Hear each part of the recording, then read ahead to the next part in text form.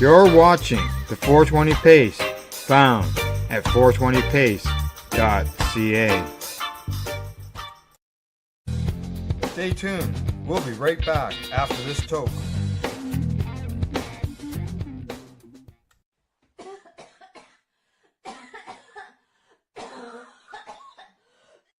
Listening to the Pace Radio Network here at paceradio.net. The views expressed by the individuals during this broadcast are their own opinions, and they may not be the same as those of their group or other organizations they may be involved with. All medical advice during our broadcast is not a medical opinion and should be checked with your medical physician.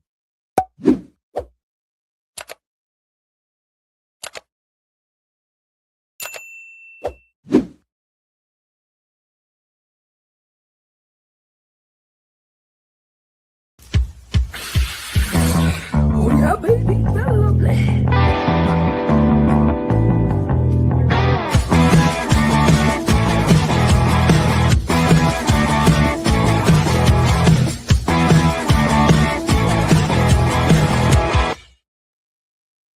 Good morning. It is June the 15th. June is half over already. Wow. Welcome to Psychedelics and Cannabis Educational News. Good morning, Rev Cindy. The year is half over. The year is over, half over. We are 15 days into the second half of the year. Yeah. Well, yeah, because June is the 6th month. Yes, that's right. So we are 15 days away from starting the second half of the year. Yeah, we're close enough. We're halfway through. Goodbye, 2026. Almost hello, 2027 already. Oh, now listen, we got 6.5 months left. Bite your top. And you know what? From what I heard this morning, someone told me this morning, it's a little cool down your way, and it's a little cool up this way too. Yeah, this is in June. This is like fall or really early spring weather that we're having. Like, this is not June. I'm either really scared about July and August, they're going to make up for the heat, or we're going to have a really nice July and August. It can go either way right now. It could, yeah, exactly. I know we got some nice sky shots, got some nice pictures there last night, the sky and red and clouds and everything. But other than the news about the weather, we got some cannabis news as well, don't we? We do. We have some cannabis news, and there is a story that I wanted to talk about just before we head into the cannabis and psychedelics news. It doesn't mention cannabis or psychedelics in the story, but there's a news story coming out of CTV over the weekend, focusing on Moncton, New Brunswick, and we have all heard about the fentanyl crisis out in BC. Not just fentanyl, but benzos and tranks being added to street drugs out there to get people more addicted. And it's caused unbelievable amounts of overdoses. And here on the East Coast, we haven't seen as much. We've been very lucky up until this weekend, up until June 1st, actually.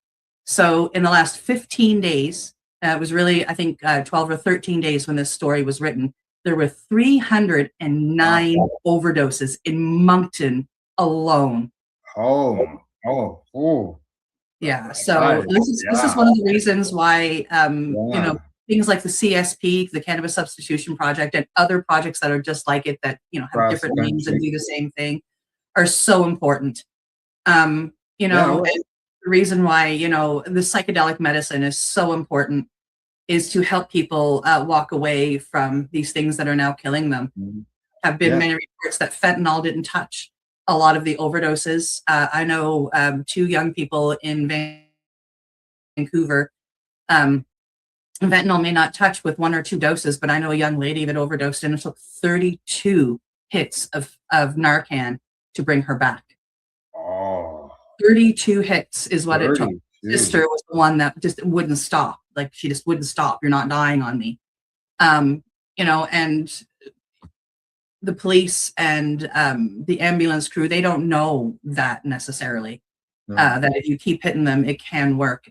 So they lost quite a few people just in Moncton over a 14-day period, 309 overdoses. So, it's one of the reasons. We do reports here on how cannabis has helped people, reduce the amount of overdoses and opiate use. And so I felt it was important to share the story. The Yeah, so fentanyl crisis is hardcore hitting the East Coast now. I mean, it's been down here for a while, but 309 overdoses in a 14-day period. yeah, yeah. And that's, this morning, our first two stories are dealing Mhm. with cannabis and fentanyl and overdoses. Yeah. So it's just, it's one of the reasons why Al and I and other hosts here on the network do what we do. We do it out of love, and we do it out of compassion, and we do it out of wanting to share information to help people that need this information, whether you're fighting cancer, Crohn's, diverticulitis, or addiction, or anything else. Yeah. It's important information, and I'm really honored and proud to be part of this network and to do that. Thank you. Yeah, and yes, it's important to share all that information so people know, people are aware. Yeah, And and the way to do that is to talk about it. that's And right. that's what we do here on the news, and that's talk about it so people are aware. So, all righty, shall we get Alright. started? We shall get started. All righty. The first story of the day is coming to us from Normal, and the title is "No Evidence of Fentanyl Contamination in Unregulated Cannabis." And this has been an issue, a conversation that's been had here in Nova Scotia. The premier accused the unregulated cannabis market of having fentanyl in it, and that proof was, that comment was proved wrong. So, here we go again. A new analysis highlighted by Normal is challenging one of the most persistent fears circulating in cannabis discussions over the past several years: the claim that fentanyl is being routinely found in cannabis products. According to the report, researchers and public health experts reviewed available evidence and found no confirmed cases of fentanyl contamination in cannabis leading to overdose through smoking cannabis products. The analysis notes that while stories and social media posts about fentanyl-laced cannabis frequently generate headlines and public concern, verified evidence remains remarkably scarce. Experts interviewed in the report emphasize that fentanyl contamination has become a common explanation whenever unexplained overdoses occur, but investigations often fail to confirm the presence of fentanyl in the cannabis itself. In many cases, subsequent testing either finds no contamination or identifies other factors that contributed to the incident. The analysis does not suggest that illicit markets are safe or that contamination concerns should be ignored. Rather, researchers argue that public health messaging should be grounded in evidence rather than fear. Misinformation, they warn, can undermine trust in legitimate warnings about genuine drug risks. The report also raises concerns that exaggerated contamination claims may distract attention from the real drivers of the opiate crisis, where fentanyl contamination is overwhelmingly associated with illicit opiate supplies rather than cannabis. For cannabis consumers and policymakers alike, the message is straightforward: remain cautious, support testing and regulation where possible, but base public health decisions on verified evidence rather than viral rumors. What do you think, Al? We've been hearing this for a long time. There's been a lot of accusations thrown out there, and some of it has been used for political gain. There has been no what am I looking for? Widespread contamination or anything like that they keep worrying about and threatening about. Has it happened? According to the report in there, they say that the most found, the most frequently identified in seizures has been cocaine, and that's a rare instance. Yeah. Yeah. So it's the police. I've heard lots of police say that there's been no signs of fentanyl in it. Now, with all that said, our next story is disturbing, but yet there's no answers, and we'll keep an eye on that in order to be able to get those answers. But did you want to mention any more before I switch over to the next story? And the only thing I wanted to mention was when it happened here in Nova Scotia and Tim Houston came out with that claim that there was fentanyl in illicit cannabis. I just want to give props. And as a cannabis activist, like this is really difficult to do. I want to give props to the police here in Nova Scotia, RCMP and police alike, who turned around and did testing on the illicit cannabis that they had and found no fentanyl and were very quick to contradict our premier. Oh, yeah, they jumped right on that. I completely agree. So yeah. I just want to give some props to the RCMP and the police of Nova Scotia for doing that and getting the truth out there. Yeah, exactly. Yeah. All righty. From there, we're going to move on to our next story. And the headline on this, and it is from, I should let you know that it's from Timmins Today. The headline there says, overdoses prompt Garden River Dispensary to close while cannabis is tested. Now, the owners of Garden River First Nation Dispensary that sold cannabis to 2 people who overdosed offered their condolences to friends and family of the victims, including the family of someone who died. They say, we would like to extend our deepest condolences to the families, friends, and community members affected by the recent overdoses here in Garden City, or Garden River, says Little Garden, Green Garden on social media. The Anawashpek Police Service issued a drug alert for Garden River First Nation this week after reports of 2 suspected overdoses. Police said the 2 incidences happened on different dates at separate locations. Several people reportedly consumed what they believed to be cannabis from a bong at a residence. When one person who consumed from the bong was subsequently transported to hospital with symptoms consistent with an overdose and has since died. Many other people reportedly consumed what they believed to be cannabis from a bong at a separate residence. A youth who reportedly consumed from the bong was subsequently transported to hospital with seizures and symptoms consistent with an overdose. They remain in hospital at this time. Now, they say it has come to our attention that the cannabis purchased from Little Green Garden was present at both incidents, says the owners of the dispensary, which has since closed. Out of an abundance of caution at the request of the Anawashpek Police Service, we have temporarily closed the store while the cause of these overdoses is investigated. The safety and well-being of their customers and community members are their highest priorities, the owner says. They say, we are committed to maintaining rigorous quality standards and providing a safe, reliable source of cannabis products. And to support the investigation, we have provided samples of every cannabis strain in our store to the police service for testing to confirm that the products did not contain or do not contain any harmful substances or dangerous items. Our hearts are with the families, loved ones, and all those affected with the tragedy. We stand by our community. We stand with our community during this difficult time and remain committed to supporting an ongoing investigation and ensuring the safety and well-being of everyone that we serve, is what the post says. Now, Cindy, as they say, they suspect it was cannabis. At this time, they obviously don't know if they're saying suspect.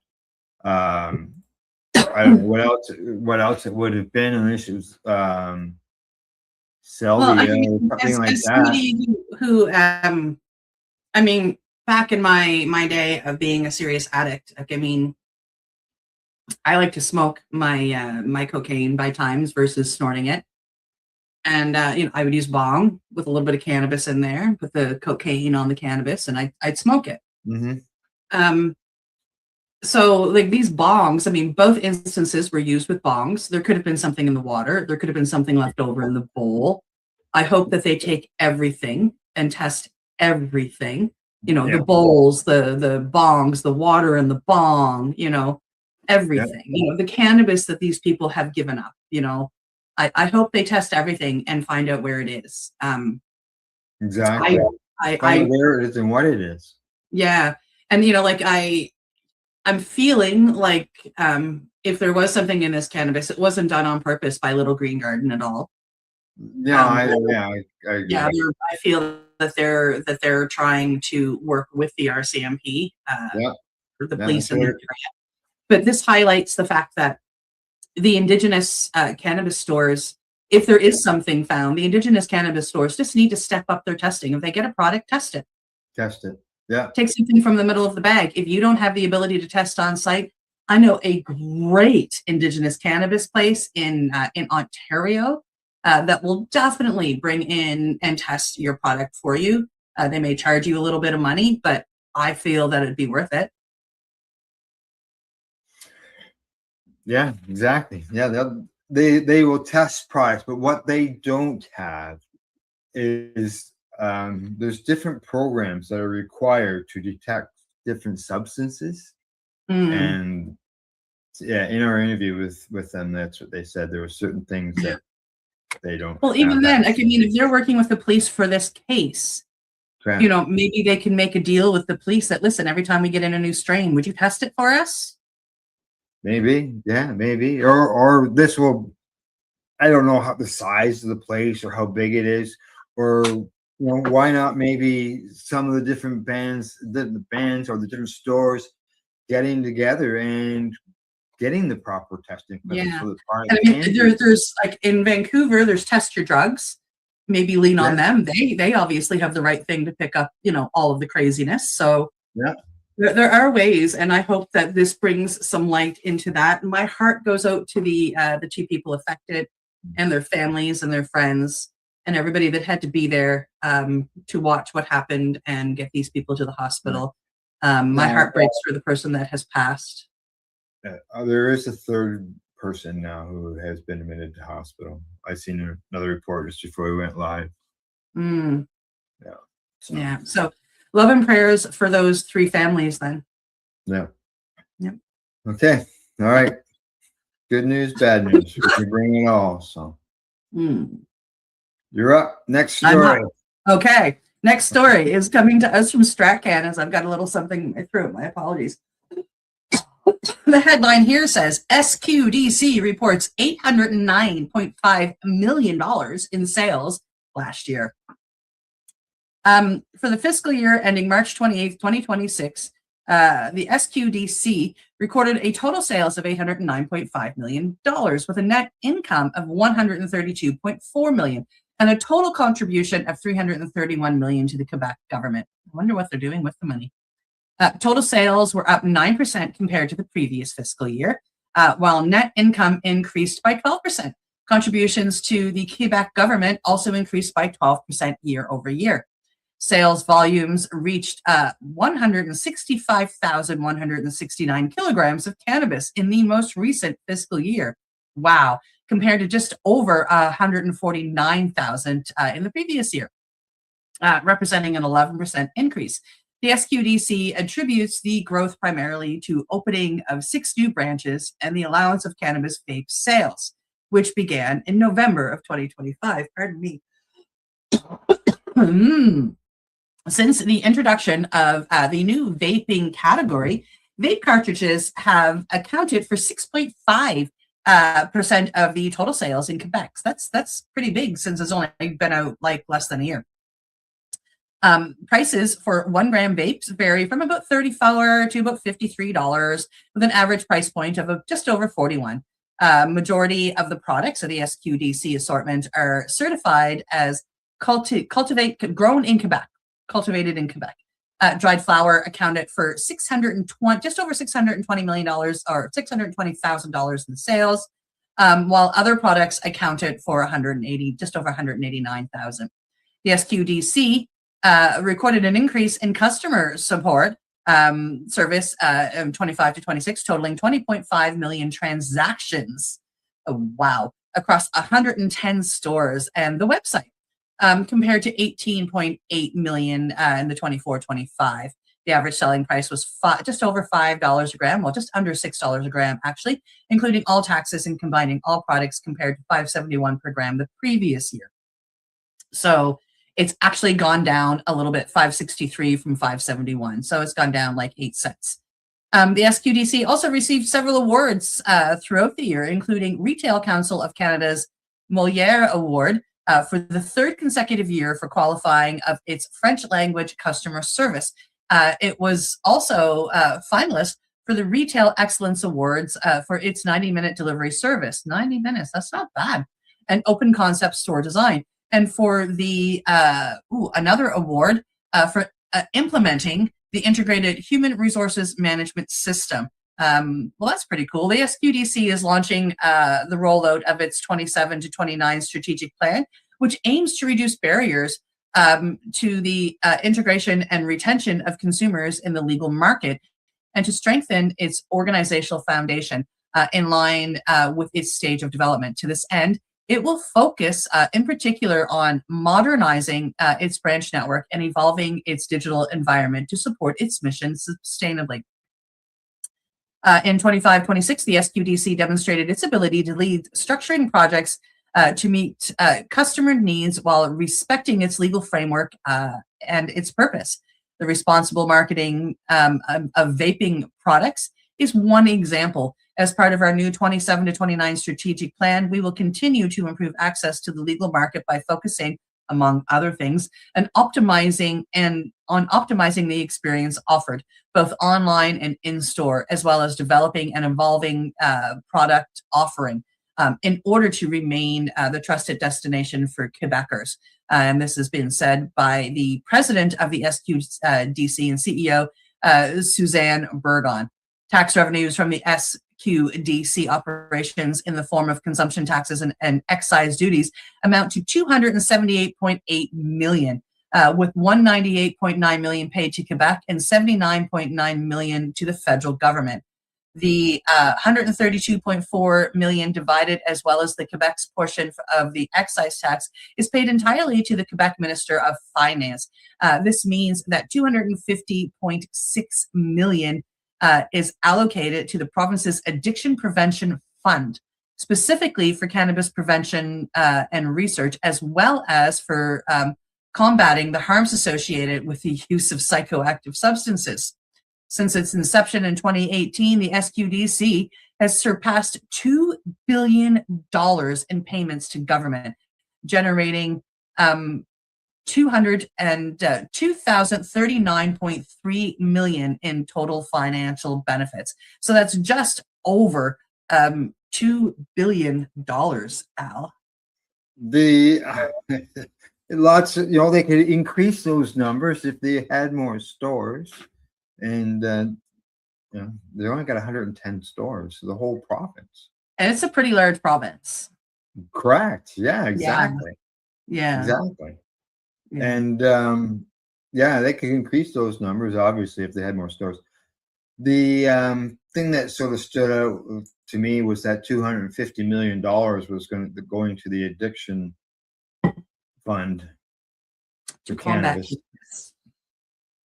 They produce things in the past that talk about how your neck can look like a giraffe neck stretch, and you can have pointed ears. I'm just saying, that's some of the stuff that they've created in the past. Listen, I know a guy that can do the pixie ears for you. Oh, but yeah? It doesn't involve cannabis. No, exactly.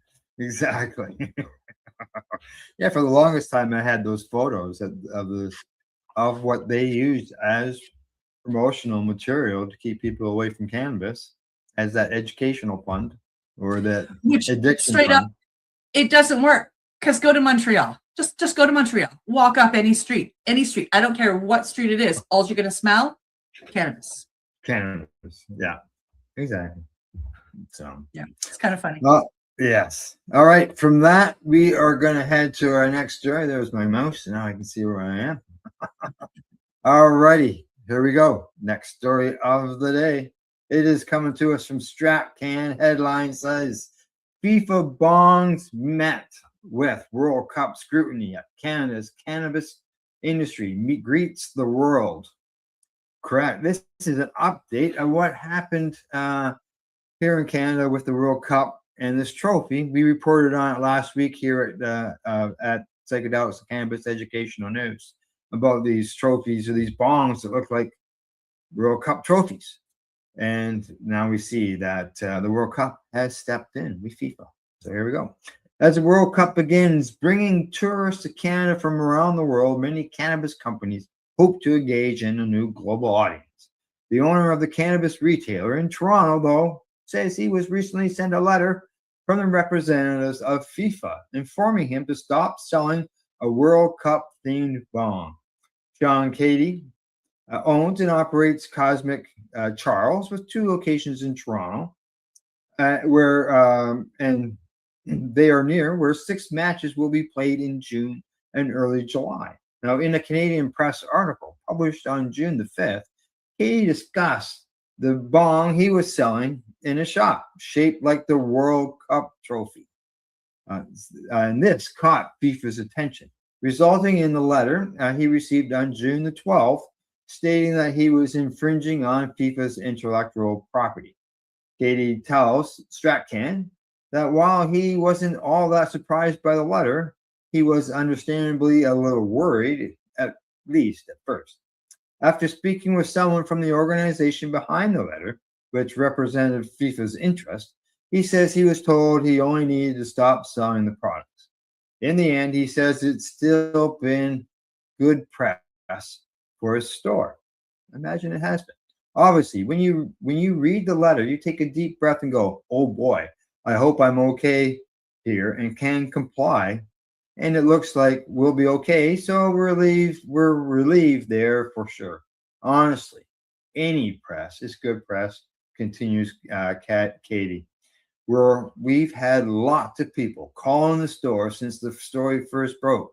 So I don't see anything negative coming out of it. Now, Matt Marr, chair of the cannabis law group at Torkins Mains in Ontario, recently discussed some of the other limitations cannabis companies in Canada can face when trying to engage in event-based marketing alignment with events like the World Cup that are open to the general public. He says, probably the biggest gray area would be where brands are trying to indirectly play off of the World Cup for their own advertising, as opposed to inking advertising agreements directly with FIFA. And whether the advertising they use is deemed to be offside, which he says is by virtue of the fact that it associates the brand with or evokes a positive or negative emotion about an image of or a way of life, such as one that includes glamour, recreation, excitement, and vitality, risk, and daring. So it looks, Cindy, like the Spong story has come to an end. That if you want to get your FIFA bong, you may not be able to get it. They can't sell. Yeah, it's kind of funny because, like, I mean, my curiosity goes beyond that. Like, so they came after the guy that was part of a story selling the bongs. He's probably not the only one, just probably the only one that got loud. You got loud, you got public, you got it in the news, right? Yeah, right. So, but are they gonna, like, have they done anything? Have they sent a letter to the people that created the bong? I don't know. Obviously, Right. they did to the retailer who is selling them, but you would think that whoever's creating them for him sold them to him, so they've made money off of him. Yeah, and like legal stores, like, I mean, I know how it works here in Nova Scotia, but I don't know about other provinces. The cannabis part of the legal store, they're only allowed to order off Nova Scotia Liquor Commission. Mm-hmm. So they have one place that they can order. Oh, so okay. You know what I mean? It's not like they can go to other suppliers. They order from these guys. And Now, whether it's supplies, bongs, papers, whatever, like it's all on, So I find it really curious. The government here really wants to make money on everything. I find it really curious to, like, in Ontario, are they allowed to order from anywhere? Or was this sold to him by the Ontario government?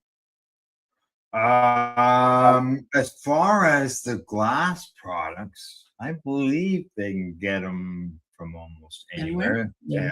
I could be wrong. I know of a store that sells glass products. I think most of them probably do. I guess that's a question to ask next time we go into a store. Are you required to buy them from the from certain Private. places. Yeah. Yeah. So yeah, I wonder if they like, I mean, like, you know, like, so he got a letter, stop being so loud. Yeah. So the other question is he still going to sell them under the counter? Wink, wink, nudge, nudge. And did they go after the person who created or the company that created the bomb? Right. I'm just curious. Who knows? Yeah, it'd be interesting. See what happens down the road, especially. Mhm. All righty. Well, it's time for you and I to take a break. What do you say? It is. Yes. All righty. Cindy and I'll be back with 4 more stories after the break. And you're watching Psychedelics and Cannabis Educational News. We're live here at paceradio.net and 420pace.ca. We are people advocating cannabis education here at Pace Radio. Ontario's Hydroponics Shop. Take your growing to the next level and create the optimal environment with a tent kit, or maximize your yield with an ebb and flow flood table kit. Either way, Limestone City Hydroponics has more sizes and options to fit your needs. Are you looking for the power of the sun that adapts to your budget? Then look no further, as they have professional grow lighting. They have indoor grow systems that are easy and cost effective, with many options to fit your living space and lifestyle. Cultivate your growing potential. We have everything you need to succeed. And if you can't make it to the store, they offer local delivery to the greater Kingston area. Remember, when you're looking for experts to help you grow, then look no further than the locally owned Limestone City Hydroponics, 105 Sunderland Drive in Kingston, Ontario. Call them at 613-548-0420. Rerolled Saturdays. Check it out. Nothing but non-stop cannabis and psychedelic programming. Find it at 420pace.ca. Enjoy the buzz of legalization with Campbellford Lifestyle Shop. From lights to plant nutrients, books, consumption accessories, and more, we've got all your basics to grow or consume cannabis. Visit our info center or take a look at our piercing services and body jewelry, now available in-store through Campbellford Lifestyle Shop, 17 Bridge Street West, Campbellford. Are you looking to get your medical cannabis grow license? Limestone City Hydroponics can help patients through the process of obtaining their license to grow medical cannabis. What's that? You don't have a doctor. If you meet the medical criteria, Limestone City Hydroponics has a nurse practitioner who can assess and provide medical cannabis prescriptions. What are you waiting for? Contact Limestone City Hydroponics at limestonecityhydroponics.ca or call them at 613-548-0420. Pace Radio is the people advocating cannabis education radio network.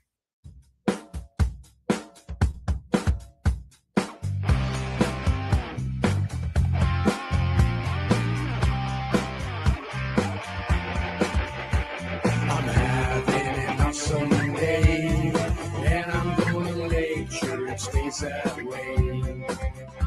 I'm having an awesome day, and I'm gonna make sure it stays that way.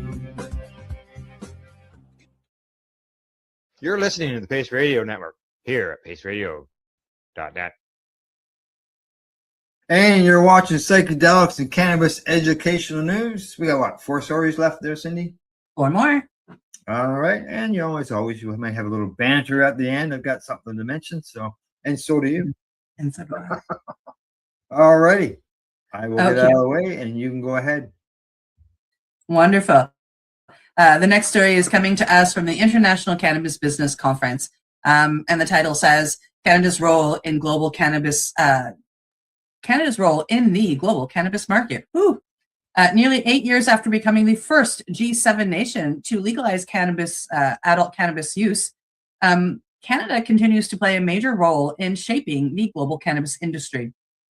According to the International Cannabis Business Conference, Canada has emerged as one of the world's leading exporters of legal medical cannabis, supplying regulated products to international markets across Europe, Australia, Israel, and other regions where medical programs continue to expand. This report highlights how Canadian companies have leveraged their early legalization advantage to develop cultivation expertise, pharmaceutical grade product standards, and export infrastructure that many countries are only beginning to build. Canada's influence extends beyond exports. Canadian companies, researchers, investors, and policymakers have become important participants in international discussions surrounding cannabis regulation, medical research, quality standards, and market development. At the same time, the article notes that Canada's cannabis industry has faced significant growing pains. Oversupply, market consolidation, financial struggles, and intense competition have challenged many businesses since legalization. Yet, despite those difficulties, Canada remains one of the few countries with extensive experience operating a fully legal national cannabis framework. As more nations consider legalization or expanded medical access, many continue to look to Canada as a real-world case study, both for what has worked and for the lessons learned along the way. In many respects, Canada has become a laboratory for the global cannabis movement. Well, I don't necessarily think that's a bad thing. No, exactly. And for people who want to see this discussion that these guys are talking about, that story is on our Facebook page, and there is a link to the discussion panel talking about all that stuff. Yeah. Hey, we're at the beginning of it all. We are. This is now legal around the world, whether, not around the world, but in a lot of places now it's coming legal. And this is an opportunity for the country to be the leader in it. Yeah, which is kind of crazy. Canada's leading in something really, really important. Normally we're one of the ones following. So it's really exciting for our country. Yes, it is. Exactly. Yeah. All righty. I'm just getting my story lined up. I just realized I didn't have it ready yet. Al needs to click buttons. Normally I'm the person that does that. So. All right. I've got it ready and we can move on next story. Anything else on this one? I think we're good. All right. Okay. On to the next story we go. Here it is.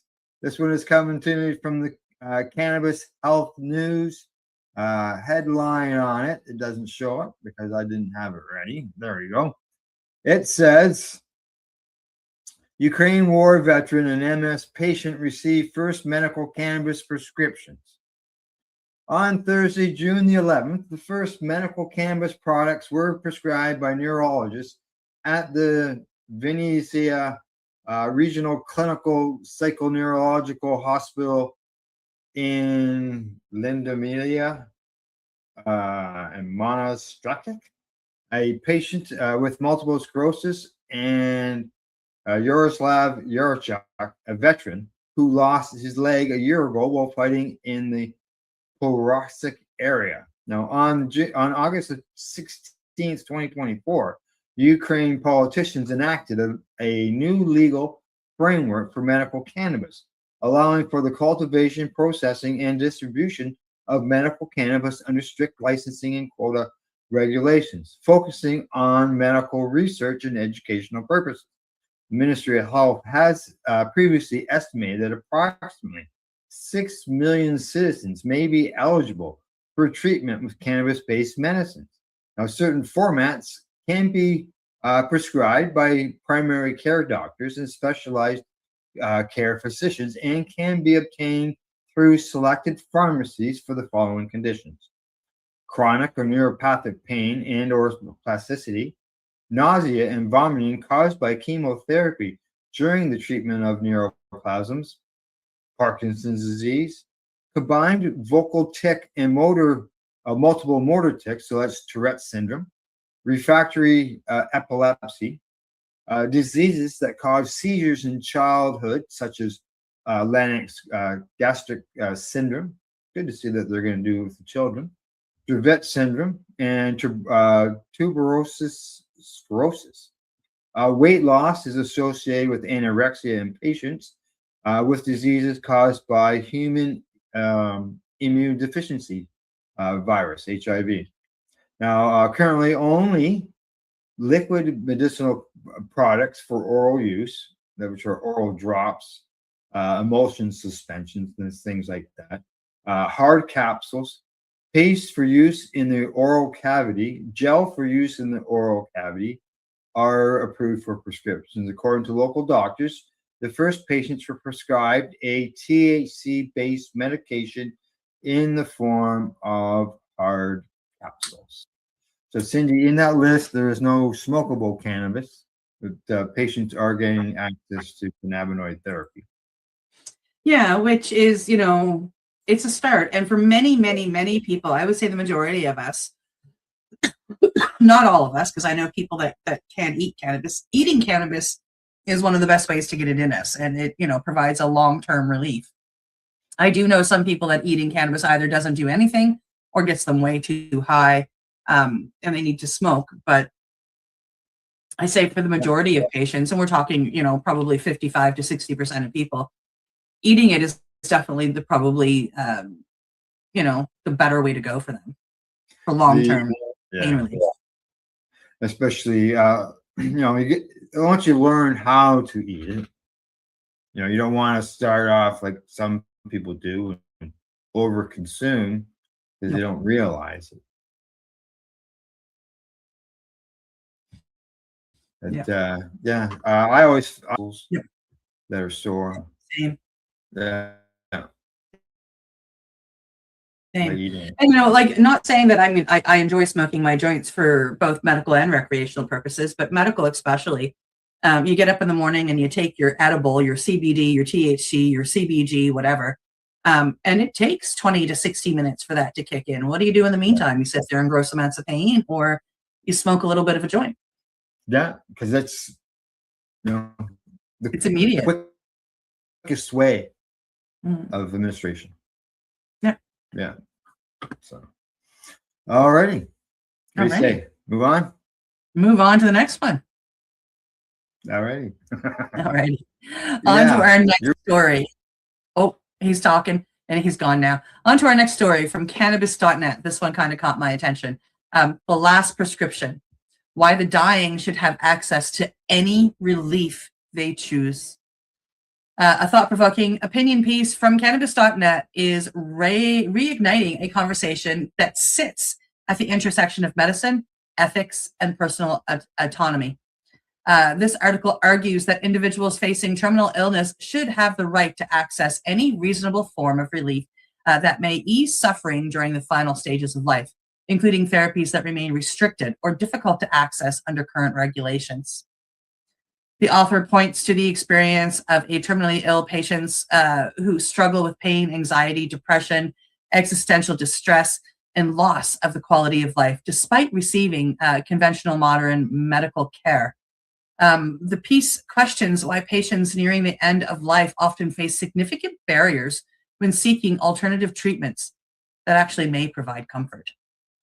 Particular attention is given to emergent therapies involving cannabis, psilocybin, and other substances that have shown promise in helping some patients cope with end-of-life distress. The article argues that when cure is no longer possible, patient choice should play a larger role in determining treatment options. One of the central themes is autonomy. The author contends that terminally ill individuals should have greater authority over decisions affecting their comfort, dignity, and emotional well-being during their remaining time. The piece is clearly written from an advocacy perspective and acknowledges that concerns about safety, oversight, and evidence remain part of the discussion. However, it argues that these concerns should be balanced against the realities faced by people living with terminal conditions. Whether readers agree or disagree with the author's conclusions, the article raises a question that continues to gain attention as psychedelic and cannabis research advances. When time is limited, who should decide what forms of relief a person is allowed to pursue? And as more evidence emerges around palliative and end-of-life care, that conversation is likely only the beginning. What do you think, Al? People should have the choice and options. I have seen some in the news, and we've reported them right here, where patients have tried to apply for mushrooms through the SAP program and have been denied for that. And I just don't think it's right. No. If a doctor supports them in the decision, then why not? Yeah, it should be between the patient and the doctor, and really more so the patient. Like, I mean, I can understand if maybe they were saying they wanted to, go out on a big head of fentanyl, but maybe stop that. But like, I mean, helping somebody come to terms with the end of life, helping them have a quality of life with their family and Yeah. friends, helping them, get rid of some pain, helping them with all of that, I think should be, front of the line. And as And I don't reported, think that the government has any say in the matter, because when I get to that point, if I want to sit there and do 5 grams of mushrooms, I'm going to sit there and do 5 grams of mushrooms. I'm not just asking. just like that story that we reported last week with the lady with the Alzheimer's disease. Yeah. And Or the she did gentleman the 5 week gram before dose. who was fighting end of life, and they denied him for 13 months on the SAP Yeah. program. And Took them 3 weeks to approve a MAID. Yeah, then that fella, he had already been under the SAP program. Yeah. And his approval had expired, so he was up for a renewal, and they said no. Yeah. But he continued Craziness. the legal process. Yeah. Yeah, exactly. All righty, front time for us to go to the last story of the day, and here we go. This one is coming to me from the International Cannabis Business Conference. It says, which European country has the most cannabis consumers? What do you think? Take a guess. Now, the European continent is in the midst of a cannabis policy modernization revolution, with Europe now being home to more countries that have adopted national adult use legalization measures than any other continent. In fact, over half of the planet's legalized countries are located in Europe. Malta became the first country in Europe to adopt the national legalization in 2021, followed by Luxembourg in 2023, Germany in 2024, and Czechia. Legalization measures took effect at the start of this year. And the only other countries to adopt the national adult use legalization measures are Uruguay, Canada, and South Africa. Additionally, regional adult use cannabis commerce pilot trials are operating in the Netherlands and Switzerland, and most European nations have legal medical cannabis industries operating in some fashion. Europe is truly an exciting region for cannabis policy and industry. The European Union Drugs Alliance, the EUDA, recently announced the publication of the 2026 European Drug Report 2026. The annual report provides valuable insight into cannabis usage rates and trends within the European Union, which is useful information for current and aspiring industry members to consider. They say cannabis is the most widely consumed illicit drug in Europe, with national surveys showing that an estimated 9% of European adults, that's 25 million aged 15 to 64, have used cannabis in the last year. Now, the EUDA stated about this year's findings, they said, in Europe, illicit herbal cannabis and cannabis resin remains the most widely available and consumed types of cannabis. However, new cannabis products and forms are available in both the illicit market and the consumer's good market. Now, when it comes to adults who report having consumed cannabis at least once within the last month, Spain leads the way with an estimated 10.5% of the adults reporting monthly cannabis use. But yet, that country just turned down legalization. Now, that was followed by France at 6.3%, Czechia at 6%, and the Netherlands at 5.5%. Spain also leads the way when the results are filtered by reported cannabis use within the last year.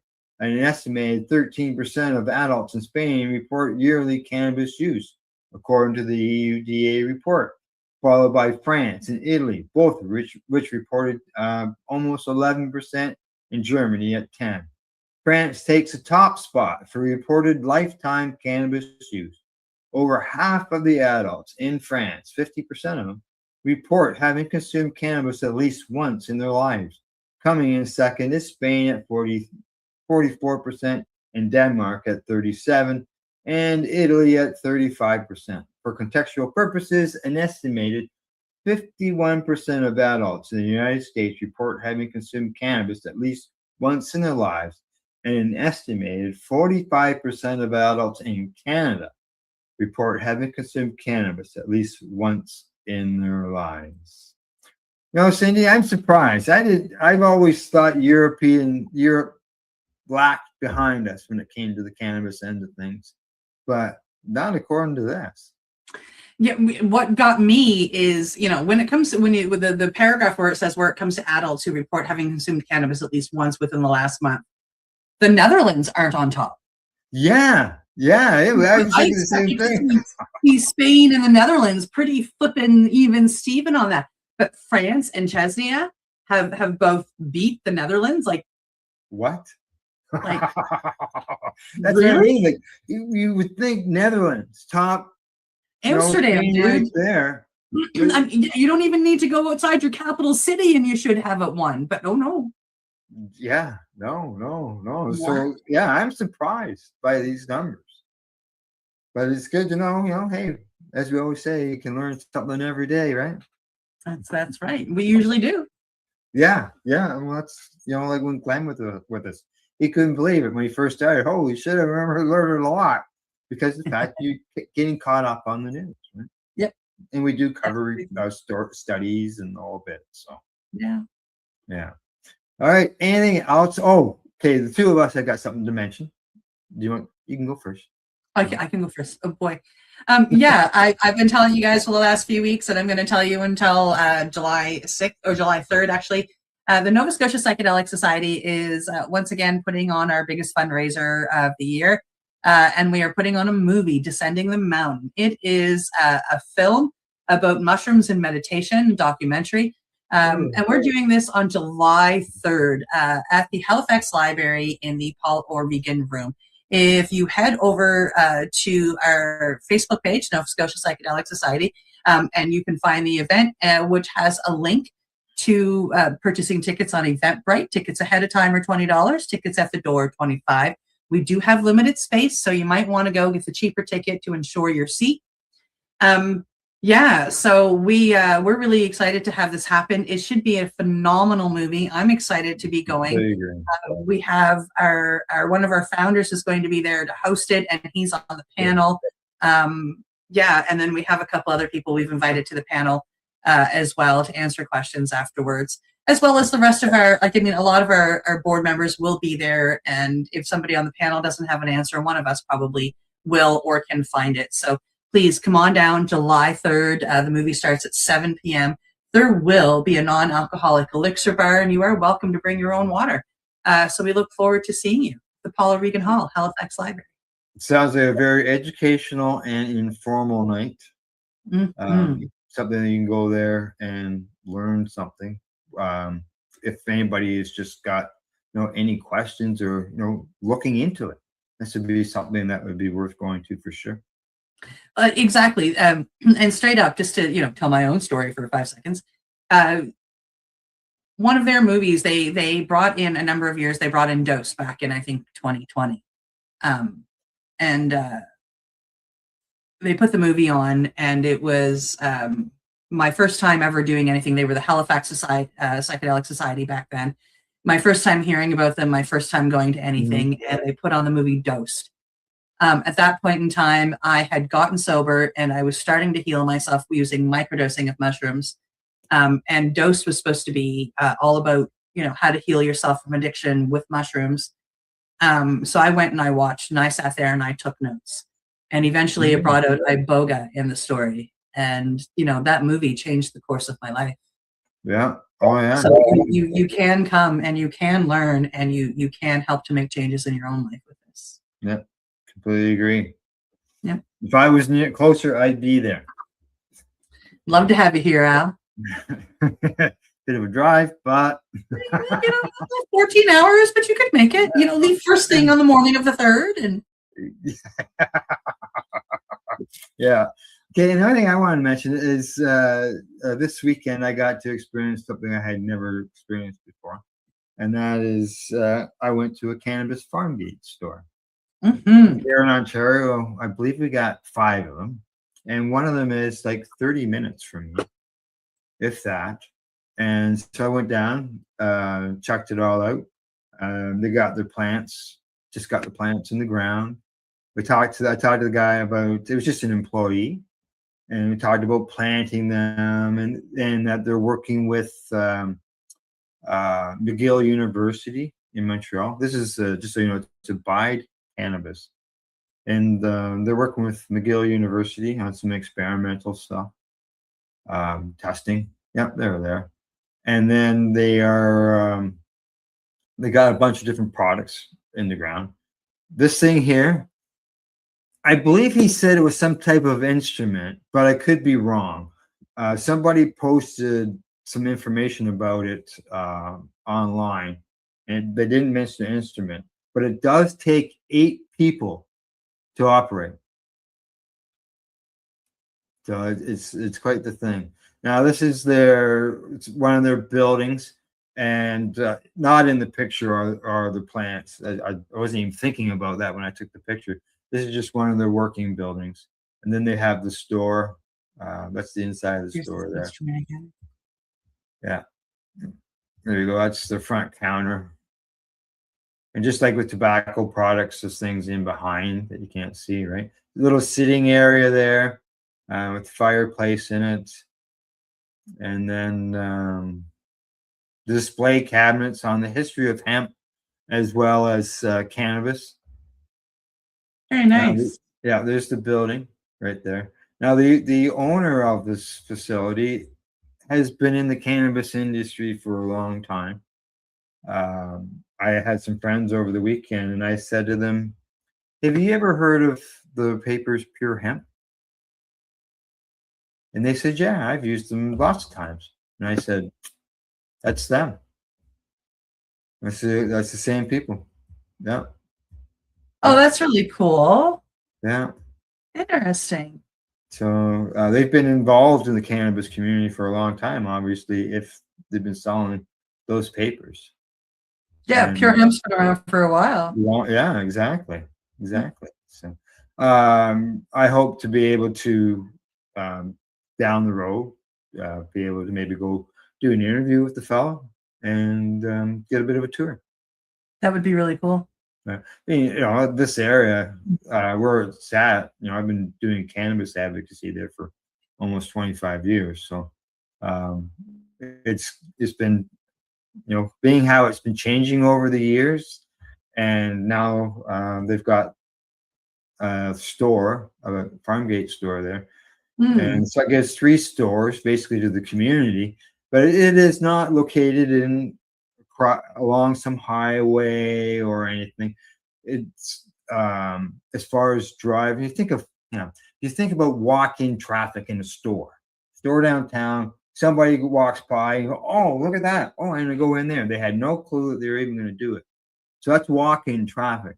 They're located Abide, they're on a gravel back road.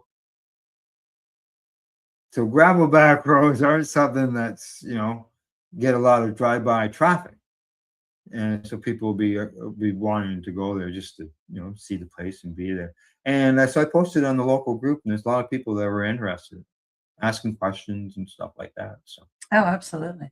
yeah, see what happens. The farm gate store I saw in New Brunswick is the same way. It was off the beaten path. Yeah.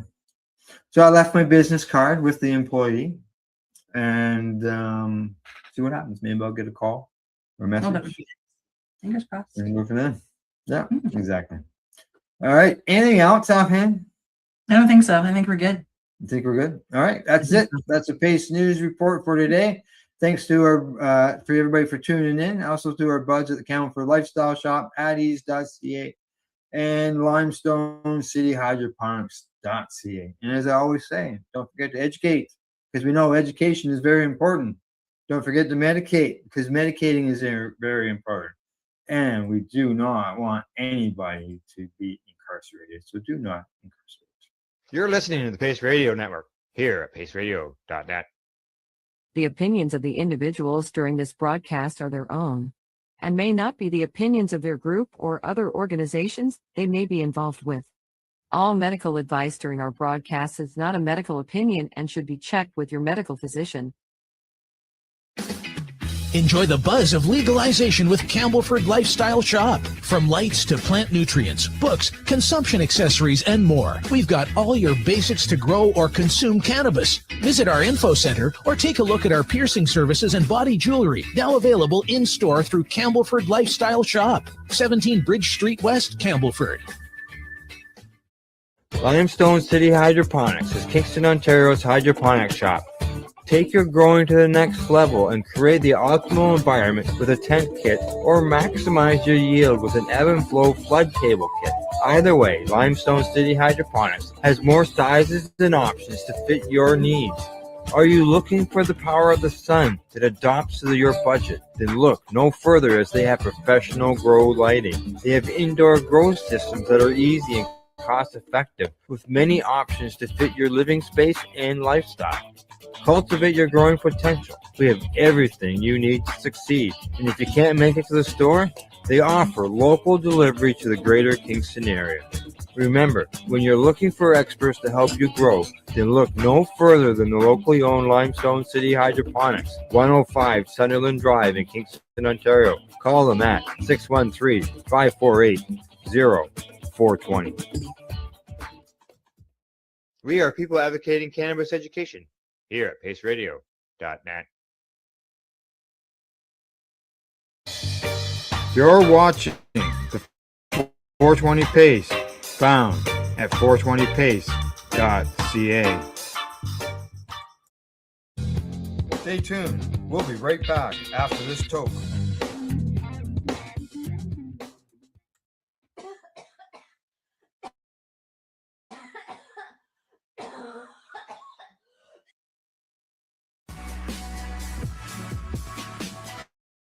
Tune in Fridays at 7 p.m. Eastern Time on 420radio.ca.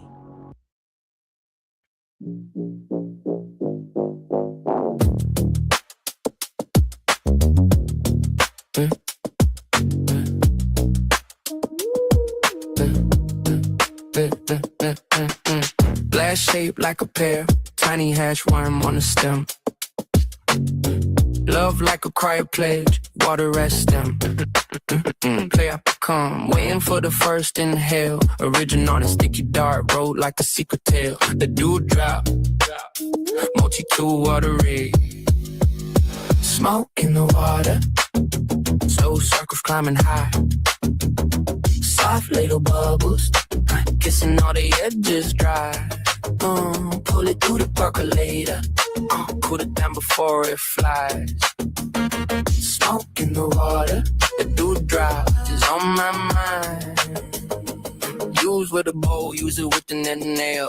Use it with hash, it's multi-use tool for your bash. Fill it with water, medication on the table. Get it ready, turn it on and light it up. Take a haul, it's gonna be a ball. Smoke in the water, slow circles climbing high. Soft little bubbles, kissing all the edges dry. Pull it through the percolator, cool it down before it flies. Smoke in the water, the dewdrop is on my mind. Lips on the small glass straw, careful like a counter dose. You said we're learning how to stay medicated, not the one to get the most. Slow draw, clouds begin to rise, burning cleaner, breathing softer, trying to stay on the safe side. Smoke in the water, slow circles climbing high. Soft little bubble, kissing all the edges dry. Pull it through the percolator, cool it down before it flies. Smoke in the water, the dewdrop is on my mind. We remember the moments, we remember the times. We're chasing something greater, not just another hit. Let the glass be kind and clear. If we're gonna inhale a little, it's not like chugging beer. Smoke in the water, slow circles climbing high. Soft little bubbles, kissing all the edges dry. Pull it through the percolator, cool it down before it flies. Smoke in the water, dewdrop is on my mind.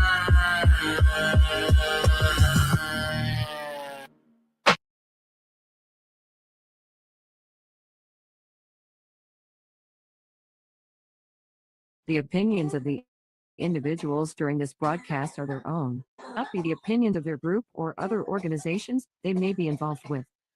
All medical advice during our broadcast is not a medical opinion and should be checked with your medical physician.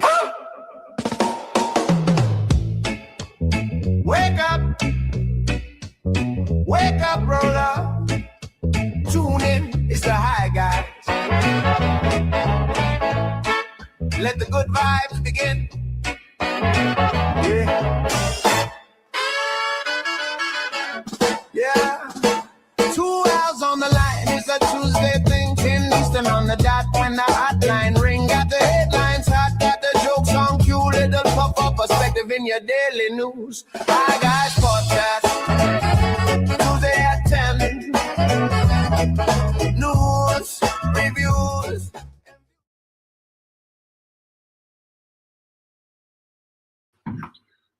Hi, Guy.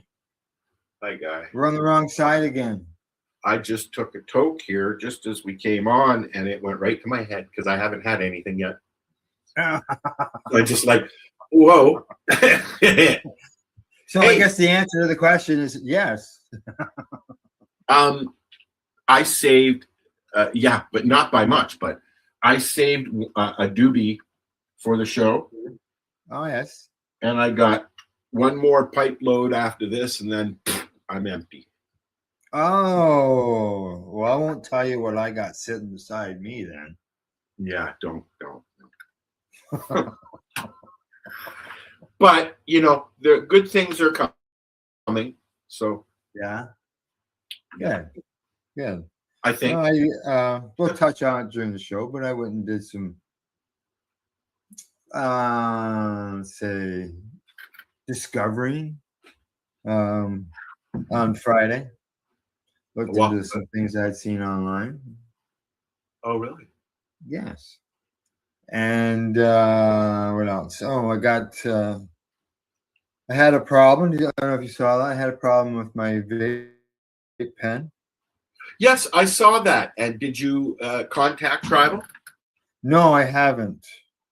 You should, because they'll take care of it. Yeah. Well, they're a pretty big company, and Al, you know, I just want to tell you and remind you, you're pretty well known. Yeah. Okay. Well, hey, look. I got it. I got my cartridge out. Did you fix it? I put it back in the hole.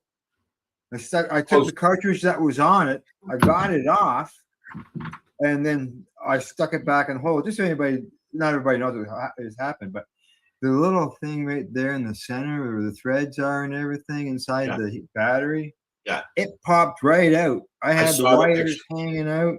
Yeah. I've had that happen, and the wires broke. Yeah. I've had it twice. I haven't had the wires break yet. But that's because there was a leaky cartridge in it previously, and I have tried to clean it out. But cheap leaky cartridges, eh? Oh, well, I found a store actually that will give you a 7-day guarantee. If your cartridge 7-day guarantee. That's do they do that with weed too? Yeah, I believe so. Really? Yeah. So if you don't like it after 7 days, bring it back. Yeah, there was a sign there. I didn't ask about the cannabis, but I'm going to assume so. I asked about the vape cart because of the problems I've had in the past with them leaking, with them clogging.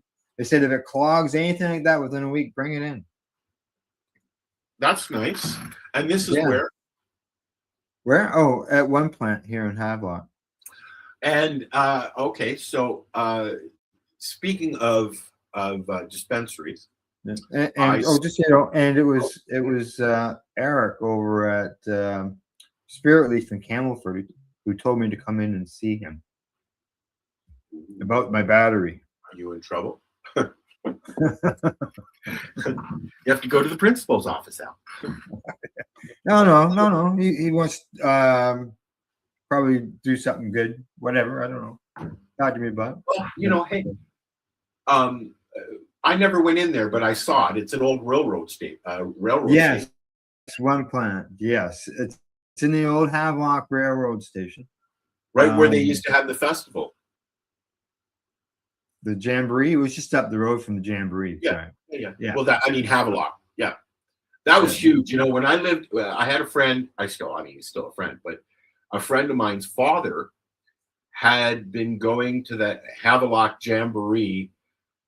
He's like he was in his 80s, I would think, and he's been going for however long they've been doing it. Mm-hmm. And apparently, it's the largest, event of its kind. What? It's no Yeah, longer. I know. It got to the point where it was too much for the owners, I believe. Well, they got and there was fines COVID came in, and then the owners decided it was coming too much, like you said, and they tried to sell it. They owed. There was a bunch of people that were owed money for tickets, because they had advance tickets that were sold. Drama. And so forth. So I know that the for sale sign is no longer up. It's been down for over a year. So I don't know what's going on with it. I did see a guy out there with a little small 4-inch wide lawnmower trying to cut acres and acres and acres and acres of feet of grass. But don't talk to me about lawnmowers, please. Okay, I need one too. I can't get mine to start. Well, mine starts no problem. My deck is cracking. There's only 50 fucking hours on the goddamn thing. It's brand fucking new, only 5 years old, and it wouldn't start. Oh, it may have just a gummed up carburetor. I'm thinking it's that. Yes, I mean it's been sitting out all winter, but I'm thinking that it might be the trigger. You know, you have to push the brake down completely to turn it on. Yeah. I'm thinking that maybe on the rider. Yeah, you got a rider. Yeah, maybe. My lawn is so. Sorry, I'm eating an apple. I see that. We should let everybody know we got. We should let everybody know what we got in store for today. We should say hi to everybody too. We haven't even done that. Oh, I just said hi, guy, when we started, and that was about it. So yeah, we got. If you're listening, say hi. Say hi. Tell us what you're smoking. I'm just gonna let you know that. Did you go out and feed your mosquitoes this morning, dude? Don't talk to me about fucking bug bites. My arm has been itchy all week. It's driving. I got 1, 2, 3, 4. Yeah. One you can't see. I know I went out and fed the mosquitoes this morning. I was out doing my trail cameras, and as I showed you before the show, it looks like I found a moose trap. Yeah. So it is moose season. Well, that means the moose hasn't left, because I do have the moose on video. Yes, I saw that. Yeah, I got him about 2 or 3 weeks ago, or her, and so I seen the tracks this morning. So I've set up cameras down by the swamp. I'm jealous. I've never seen any tracks. What's that? Finding tracks are almost as exciting as finding the actual beast. Yeah, because you know it's been there. You know it's there. Yeah. I see my lawn, because I haven't done my lawn. It's really long. I haven't done it yet this year because I was waiting for the bees to be done with the flowers, right? With the dead. Yeah, and the lawnmower to start. And I just found that out like 2 days ago. So. Oh, okay. So I'm seeing trails through the grass. It kind of resembles the hill at the farm. Remember my hill at the farm? I left it wild. Yeah. It kind of resembles that right now. I've actually had neighbors come over and said, I'm doing my lawnmower. If you'd like me to do it. And I'm like, nah, I'm good, man. Wait, the neighbors are offering. it's when they start knocking on your door and complaining that they're. You know what? The response, and I thought about that because we do have people from the town drive around and, you know, spit at you every now and then. I thought about that, and I was like, my response would be, well, come in back and get my lawnmower started, and I'll fucking do it. Period. The upkeep of your yard when you live in town. Yeah, like that's something that ends up on the old bylaw end of things. That you got to keep your yard. I've seen somebody. There's a gentleman on my street here that has a whole lot of skids and old wood in his backyard, and I've seen the town snooping around taking pictures because they want it out of there. Right? Yeah. It's. I get it here because, you know, bears are like the neighbor's dog here. Okay. I mean, I can't stress that. I mean, this is a daily occurrence, bears here. It's not like, oh, I see a bear. Oh, cool. This is a daily occurrence. They come on my deck. They roam around in my yard. I see them walking around in the park right out back here where the kids play. Okay. Well, they've got the jungle gym back there. And I'm sitting there hearing the kids play, and I see a bear walk by. You know, like I'm in the forest. I am in the forest. Kids playing and a bear walks by. Yes. But it's a common thing here. This is what people don't understand. It's a common thing. I've walked out of the grocery store. And everybody just keeps doing what they're doing. Last year, excuse me 1 second. Yeah. Missy, what are you doing in here? Eating the cat food. Oh. Go away. Go lay down, please. Rosa, lay down, please. Like I said, I've walked out of the grocery store into a bear. I've walked out of my front door into a bear. I've been sitting on my porch and turned around, and there was a bear sitting on the lawn watching me. You know, so bears are our raccoons. Yeah, I guess. And it's, you know, they're hungry, right? I'm still waiting to see Tony Two Tags. Oh, right. Yeah. Last year. Yeah, man. Apparently he was not caught last year. But he's been around a while. He knows how to get. There was a trap right behind beside the house last year. They were trying to catch him, and he slipped in, left his feet on the floor, like on the grass, and slipped in, gathered all the food, and then slipped out and took off. And then a mom and a cub came along and jumped in, and they got the mom and the cub, not Tony. Tony was in my backyard eating the food that he had just cleaned out of the trap. He knows how to do. He sends mom or the pup in there to get it and throw it out. We have an association here. Maybe you've heard of them, called Bear Wise. And yes. they do all the bear patrols. They work with the government. They actually do the trapping. They took Tony last year twice, 120, 150 kilometers away. And he came back. Oh. 3 times. 3 times. They took him twice, and he came back, but 3 times because he didn't leave the last time. Right. So, yeah, it's interesting. So like obviously it keeps coming back.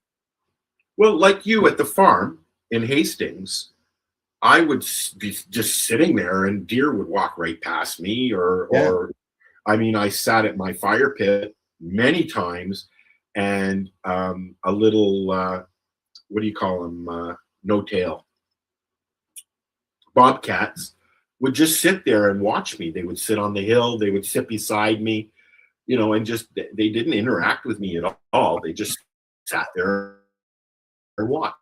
They were waiting for a meal. I know.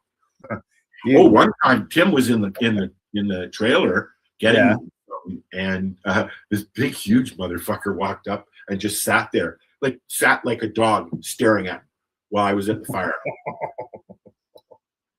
I think I'd be a little concerned at that point. And the birds are different. They're different down there. I mean, we've got ravens and crows. Obviously, you guys have them too. We have the seagulls. We have, the occasional robin or bully comes by. I don't see blue jays very often. Maybe it's too cold for them. I don't know. You're too far north. It's a Yeah, long way. But there's a lot of woodpeckers, big ones and small ones. You hear them. Yeah.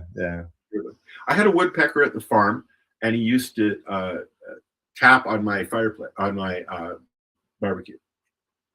Ding, ding, ding, ding, ding. Oh, yeah, God. we hear the loons. We got loons. Loons and ducks. Herons. There's a herring, a gray herring. Mm-hmm. That lives in the park out back that I hear. It sounds like a prehistoric. Yeah. You asked me a question a little while ago. Okay. But what were we smoking? I have I saved a doobie. Right. And I have a hybrid dime bag pre-roll that I saved, and I've been sitting here waiting to smoke it. Well, as I mentioned, I got a cart. That's all I smoke in the house, right? And you know what's really nice about this cart?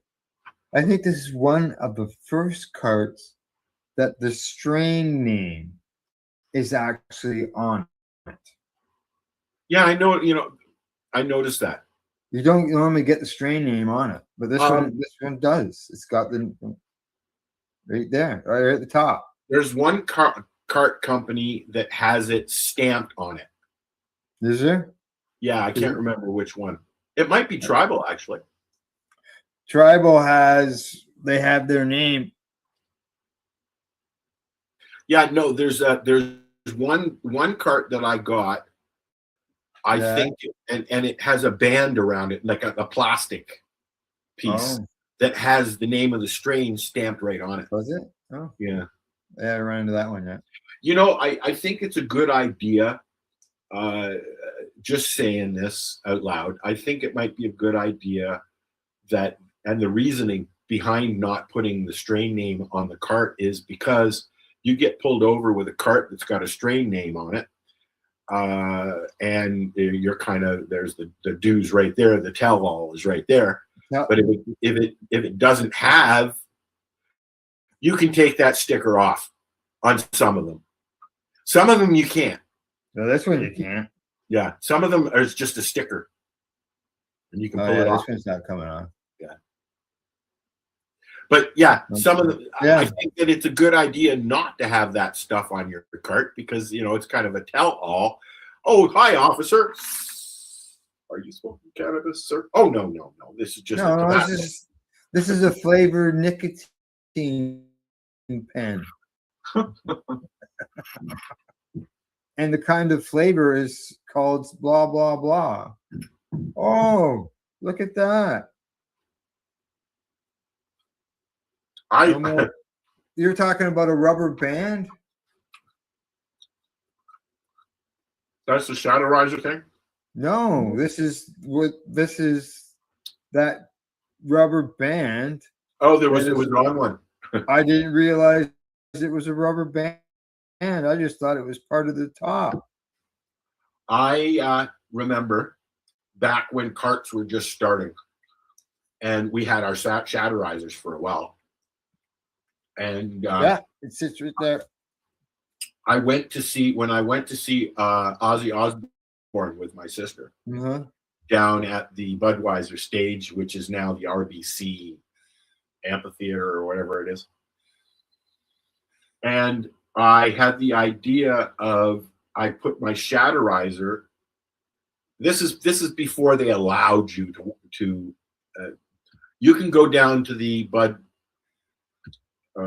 theater there, and if if you go into the smoking area, you can smoke your doobies as well.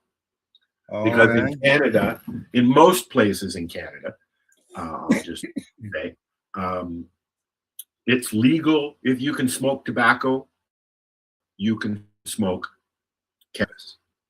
Okay. The thing that stops us here in Canada, Ontario specifically, with smoking is we have a thing called the Ontario Smokers Act. Smoke Free Act. Smoke Free Act. And they, at one time, they were literally trying to ban tobacco. It didn't work. So that's the closest they got to it. So I took my Shatterizer and I put it into my diabetic test pack. Yeah. And they opened it and they saw needles and they said, nope. And they said, go on in. They didn't want to go into the pouch. Oh, yeah. So I had my Shatterizer with me at Ozzy Osbourne, and I was doing that.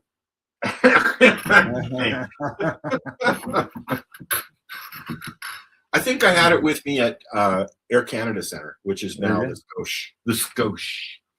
Well, I know the last few concerts we've been to, they've got so many lights on, like for stairs and smoke, entranceways and stuff like that, that you're not sitting in the dark.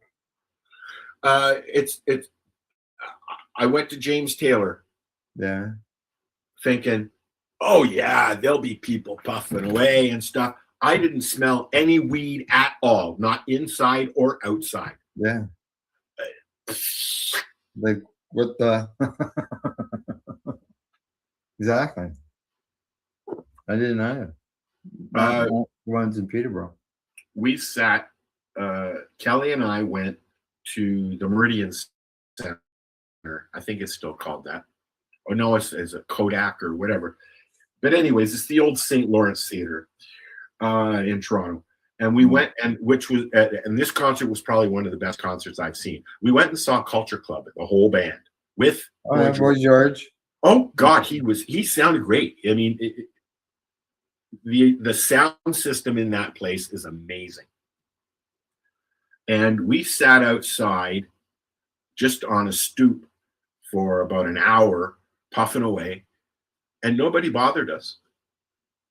Good. Nobody bothered us. Well, Kelly and I took Emily to her first concert, which was, I can't remember the name of it. And we each did a gram of shatter. We ate a gram of shatter each. Which was a different buzz because it's not decarbed unless you burn it, right? Right. Yeah, it's true. Yeah.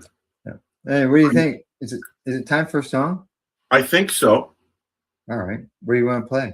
I want to play a song that, okay, everybody knows, well, anybody who knows me knows that my ultimate favorite event is the Karma Cup. I've known Sarah a long time.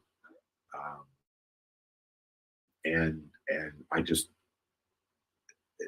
love that festival. Oh yeah, it was always a good time for sure. So I made a song about the festival. Nice. Yeah. And I haven't even sent it to Sarah yet. No, I'm afraid she won't like it. No, well, as soon as you post it, she may see it. Only if she's watching the show. Or if somebody shares it. I waited. I haven't even posted it yet. So I waited and I'm going to put it up on YouTube and I'm sure she'll see it then. So anyways, this is a song about the Karma Cup. Plain and simple. Yeah. There you go.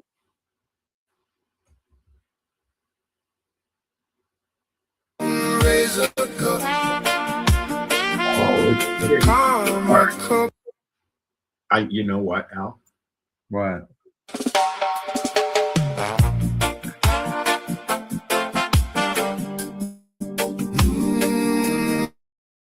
Raise a cup.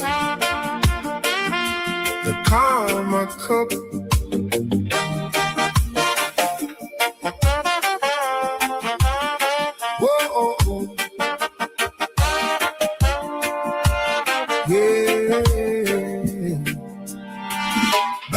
2014, down a hidden Toronto lane, a dream was born in a house with no fame. 80 judges gathered, word spread through the air. 79 entries, cannabis everywhere. Sarah had a vision, fair and blind for all. No labels, no favor, let the finest stand tall. From growers and creators, from the legacy scene, the Karma Cup was born to crown cannabis green. Raise a cup to the Karma Cup, from the underground roots to the legal sun. Toronto nights and championship lights, a story still being sung. From hidden rooms to festival grounds, through every twist they've come. Raise a cup to the Karma Cup, the journey's just begun.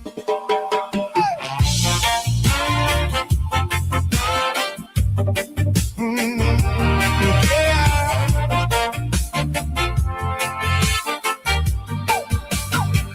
2015 rolled around, bigger than before. Hundreds came together, knocking at the door. Vapor lounges buzzing, judges by the score. Canada had never seen a cannabis cup this large before. Then 16 and 17 opened up the gate. Public festivals arrive and attendance escalates. Music, art, education, vendors side by side. Cannabis culture in Toronto shining with pride.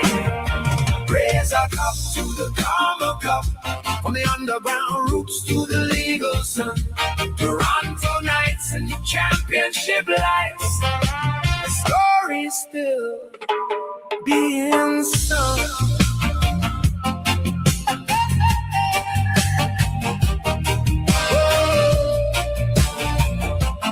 Oh, 2018 came blazing, 1 month before the law. The city felt electric, everybody stood in awe. Biggest festival yet, the movement growing strong. The legacy community knew they belonged. The legalization changed the game. In 2019, licensed producers entered a brand new scene. Old school growers mingled with the legal crowd. The cannabis community standing proud. Then the world stood still. 2020 came around, empty stages, quiet streets, silence all around. But Karma found a way through the digital age. Virtual cups kept burning through the darkest days.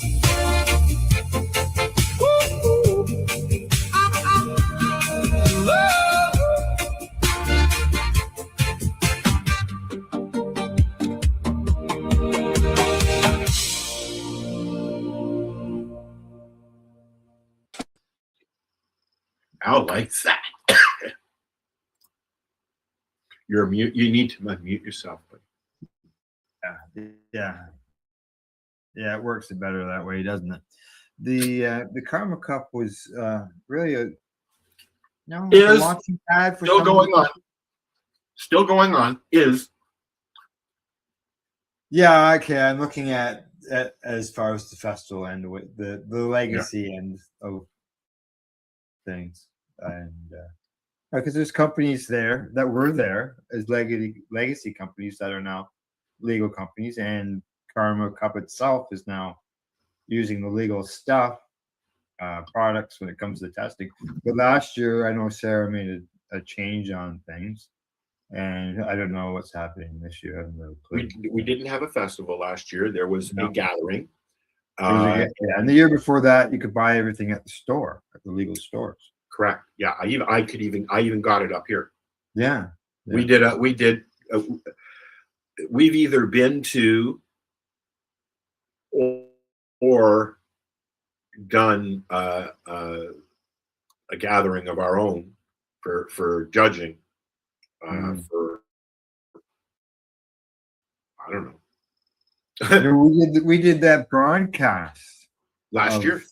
Last two year, years ago. year before, from on my back deck here. Yep. Maybe we'll do it again.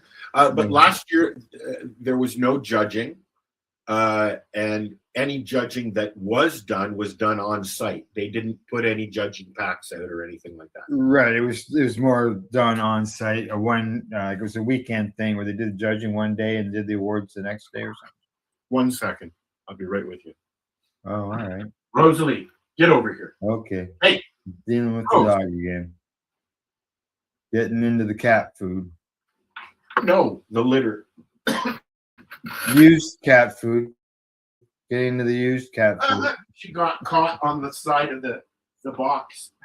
She couldn't move. Okay, go out. Now you're annoying me. Go. I'm gonna put the gate up. Move. Come on. Sheesh. Even noticed her harness got caught on the side of the cat litter box, and she couldn't get out of it because she just sticks her head in. She has kitty snacks. Poopsicles. Yeah, poopsicles. Yeah, that's what I call them. Because I had a dog that used to dive into the snowbanks to get them out.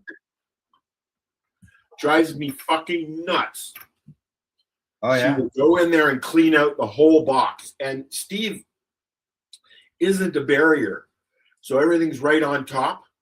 The pee soaks through, but the poop just sits on top until the next time he comes in and makes room for another squat. So it's readily available for her. Now she's coming back. She's upset now. She's standing at the door.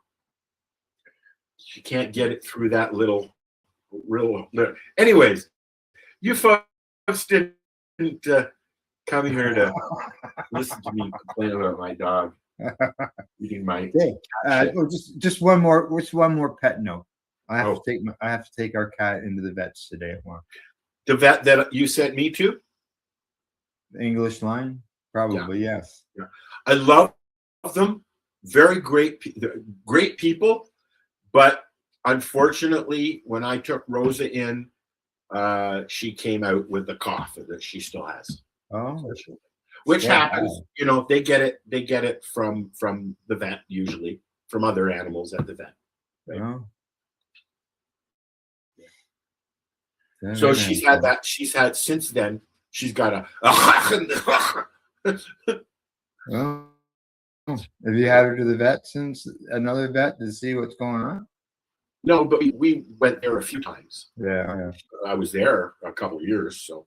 Yeah, it's been years since you've been there too. 5 years. She has a vet here. Yeah. Very expensive because they're mobile. Oh, yeah, vets are expensive anyways. They're they're doctors, right? Twice the price because they're mobile. Yeah. You get that extra expense to pay. I think since I've been here, Stephen got really sick, and at the farm he got really, really sick. But Stephen's got issues with stones and urinary tracts. Yeah, UI infections and stuff. It seems a lot of people are getting UTIs lately. Yeah. Well, talking about getting sick, before we went live, the two of us, we were talking about an incident up north, closer to you than me, anyways. Yeah, it's up here. I think Sudbury area. Yeah, about some teenagers who got some stuff that looked like cannabis, is what the article says, and the information says it looked like cannabis, so they're not even sure whether it is or not. And one of them died, and another one's in hospital. I think it was actually might be a third person. I don't know about you, Al, but I have never, ever, ever, ever, and even the DEA has said this, found fentanyl in my can. Would it be easy to do? Yes. Just sprinkle it in your bag and mix it up on it, and it'll just sit there. Correct. Yes, it would be easy to do, but even the police have said they have never found fentanyl in cannabis or mixed with cannabis. I completely agree with you. We're going to play a video shortly on that, actually, on the exact topic. Okay. And the information that I've read on this case near you has not mentioned the word fentanyl. It seems to be more questionable what the substance itself. Speaking of substances, I forgot to put our logo back up. I apologize. There are other substances that are out there that look and feel like cannabis. Spice is one. And what did I say the other one was? Salvia was the other one. Both, in my early days of doing this, I've tried on the air. So there are shows where we're all ripped on spice and salvia. Yeah. I've also tried, there's another one. I can't remember what it's called. Yeah, I don't know. But those can kill you. Okay. And I would think, I've never done fentanyl before. I would think that the buzz would be pretty damn close between salvia, spice, and salvia is an actual plant where spice is made. Yeah, correct. And as far as it's a fentanyl, you get that at the hospital sometimes when you go in for procedures. I don't want anything to do with fentanyl or anybody who. No, I know exactly. Do with it. Now, the location where this was purchased at, they're fully cooperating with the police, and they are turning over samples of all. Okay, so back up one sec. So a store, correct? A legal store. First Nations, the First Nations. Okay, so it was not a legal store. Well, depends on where you look at it, but yeah, correct. I understand where you're coming from. The indigenous market. I do. Yeah. I would think that it would most likely be a salvia. Yeah, that's what I'm thinking. And the store is temporarily closed during this investigation. Well, that's their doing. They've opted to do that, I think. Right. Yes. Yeah. And the same which shows good faith, right? And the same with the testing of all their products. Because the two incidences were separate. They weren't at the same time. Look, the issues, and there are some, between both the legal market here in Canada and the indigenous market here in Canada. Mm-hmm. Okay. There are issues with both. People complain about the legal market because that's what people do. But as far as it's very controlled. The legal market is very, very controlled, where the indigenous market, in most cases, is not. Yeah. There are some outfits like Tim Barnhart's outfit, their Legacy 420, where they scrutinize their products. And there's other indigenous places and in Tanganyika as well as Alderville that do the same thing. But there's no regulation there. So any testing that's being done at Joe dispensary on the reserve doesn't mean it's been tested. It doesn't mean the fertilizers and other chemicals that they use to grow cannabis these days are or are not being used. There's no control there. This is the issue, I think, the main issue that Health Canada has with the Indigenous market. There's no structure. There's no regulations. There's no way to regulate that because, in a sense, you go on a reserve. That is a self-contained country. Yeah, I know that some places have put in some regulations. Yes. Yeah, but it's up to the reserve. Correct. Yes. You know, but now bringing back to the story we were talking about, up here in Northern Ontario, I'm in Terrace Bay, which is at the very northern tip of Lake Superior. I'm about 6 hours from Hudson Bay. That's how north I am. Okay. We don't have Indigenous cannabis up here. We have legal stores, but we don't have Indigenous cannabis because the issues up here with drug dependency and alcohol dependency, you can't go on a reservation and buy cannabis, just like you can't go on a reservations and buy alcohol. They have such a drug addiction issue up here north of me in Thunder Bay, which at one time was considered the murder capital of the world. Yeah. There's a lot of shenanigans that go up there because of where they are, you know. So yeah, we don't have Indigenous cannabis up here. We have legal cannabis, and that's it. That's it. Yeah, no, as you know, there's lots down here. From Sault Ste. Marie up, there's nothing until you get into Manitoba. Wow. Right. Nothing so there. you're looking at about 1,500 kilometers. Nothing other than legal stores. There's a place in Sudbury that I believe is Indigenous, but it's a legal Indigenous store. And there are those, yes. Yes.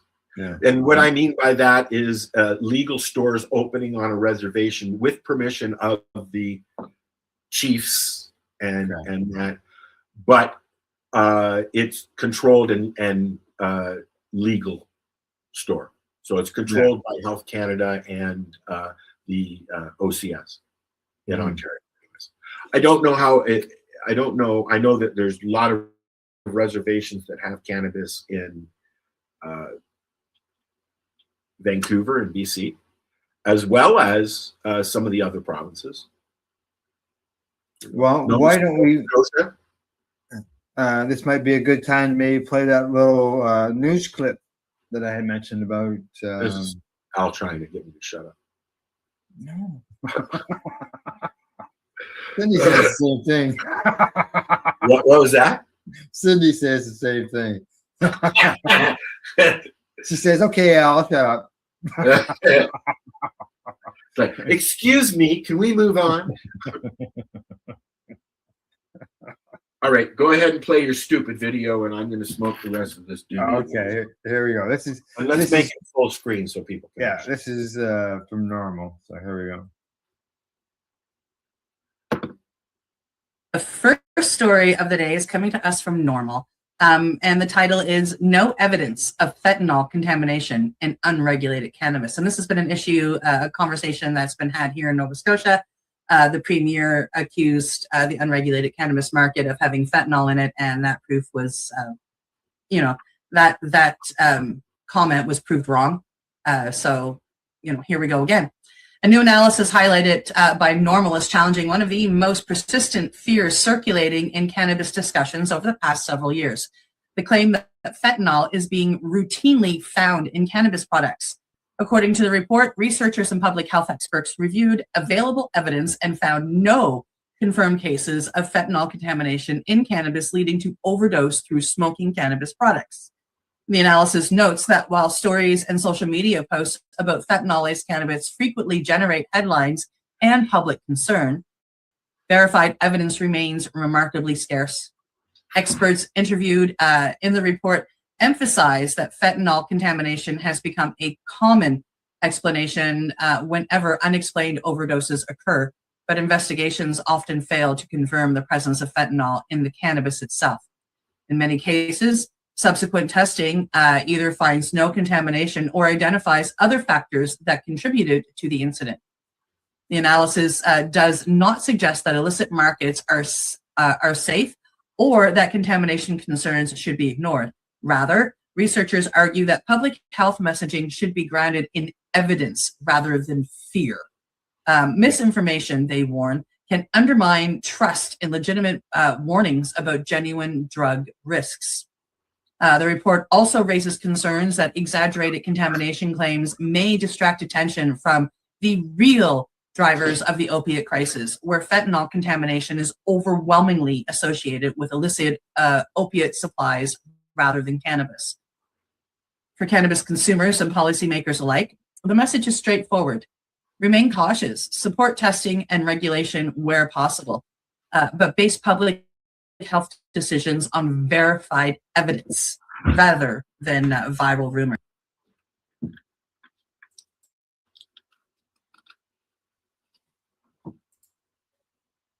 There you go. Wrong one. They're not finding any in the cannabis. Now, no. And we've seen this story before. Yeah. Right. Yeah. And in the incident Cindy mentions about down there on the East Coast in the premiere, there's a perfect example of someone screaming that. And then right after he does that, the police came out and said, no, there isn't any.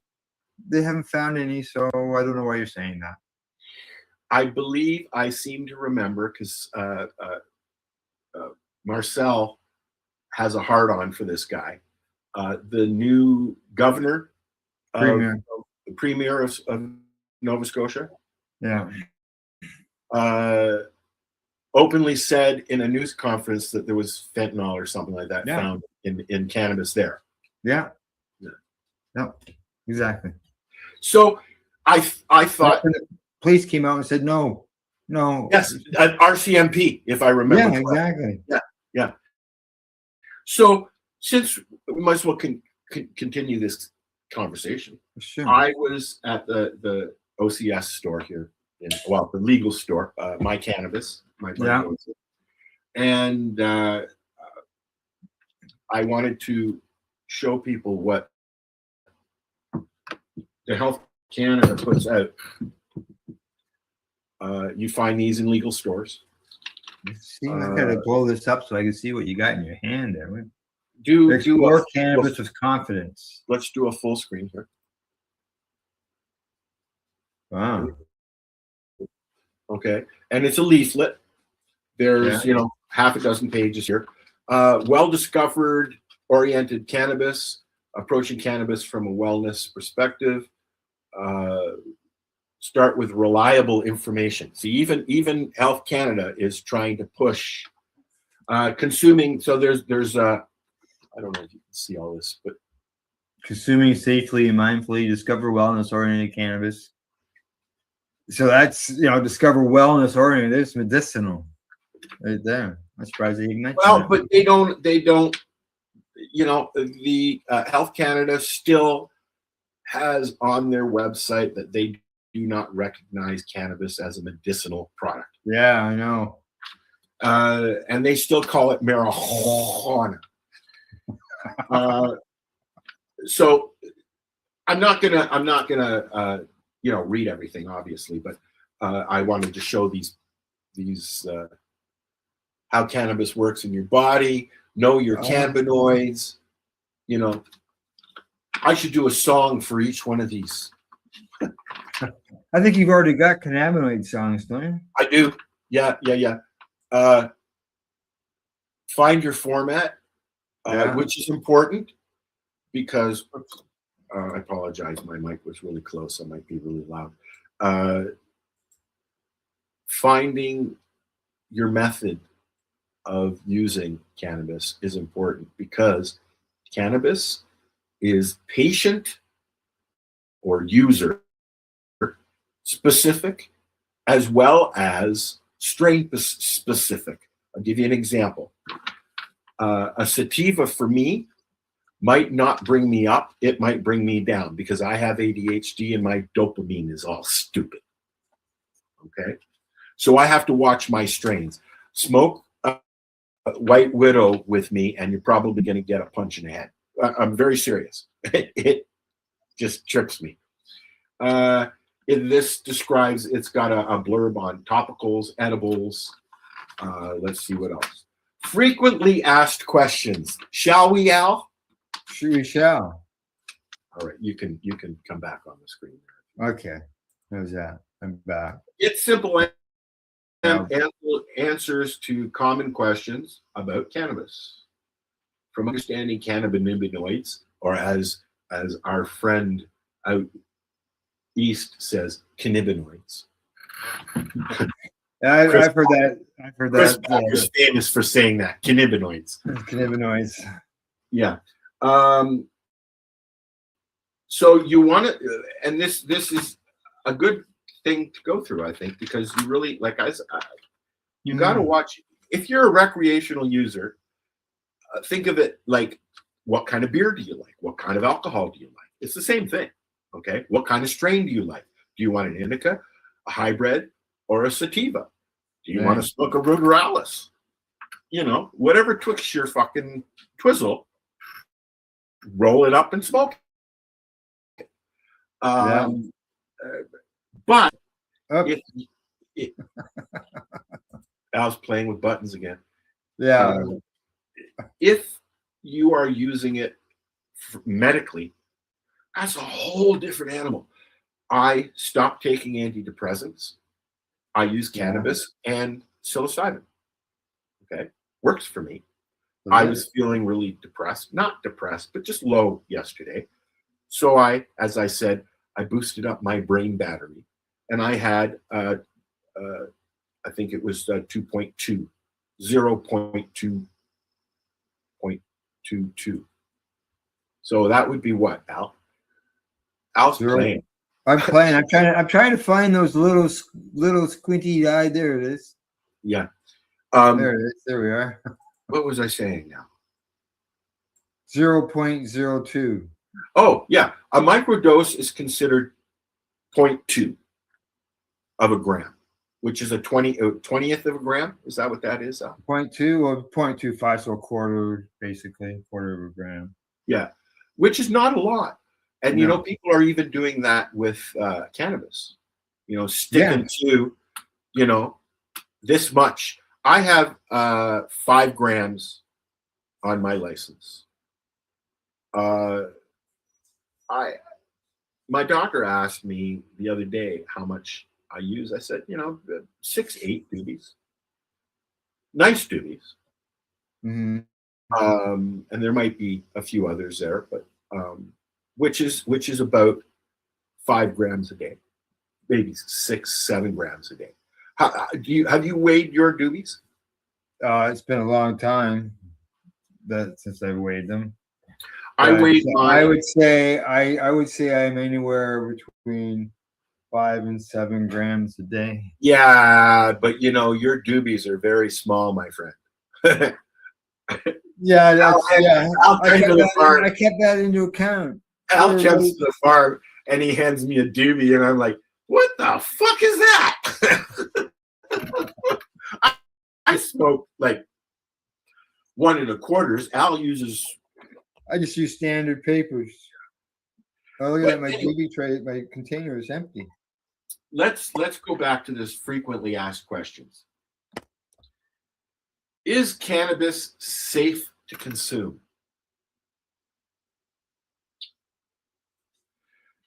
Yeah. God, I'm going to have to read this, aren't I, Al?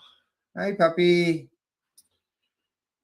Most people who consume cannabis occasionally will not experience negative consequences to their health over time. All legal cannabis, I got to throw that legal cannabis in there. Products are rigorously tested. My point, our conversation earlier, yeah. nevertheless, they should always, people should start low. I remember the first time I smoked a joint, it was after years and years and years. I was selling it. But it was after years and years and years of peer pressure and come on, Al, come on, it's time. Come on, smoke that. I tried it. And I think the only reason I tried it was because at the time I was on very high doses of Ritalin and Dextrin. As I was a case study for hyperactivity back in the 60s and 70s. And it didn't, really. Then I went to my doctor and he told me that he asked me if I was smoking pot. And I said, no, my friends do. He said, well, if you start smoking pot, stop taking the pills because it's going to do the same thing. That's what I do now. Oh, and that was what your doctor said to you years ago. I was 16. Yeah, that's a long time ago. I didn't start smoking pot on a regular basis until I was 19 or so. Okay. But the first joint I smoked was in a hash bar in Amsterdam in the red light district with my mom. While we were watching the shows in the window. My mom that's in Amsterdam. First time I smoked a joint was a hash joint in a hash bar. Yeah. And we had lunch, and then a lady came around and with a tray and offered us many different kinds of doobies to go after after dinner mint, as I call it.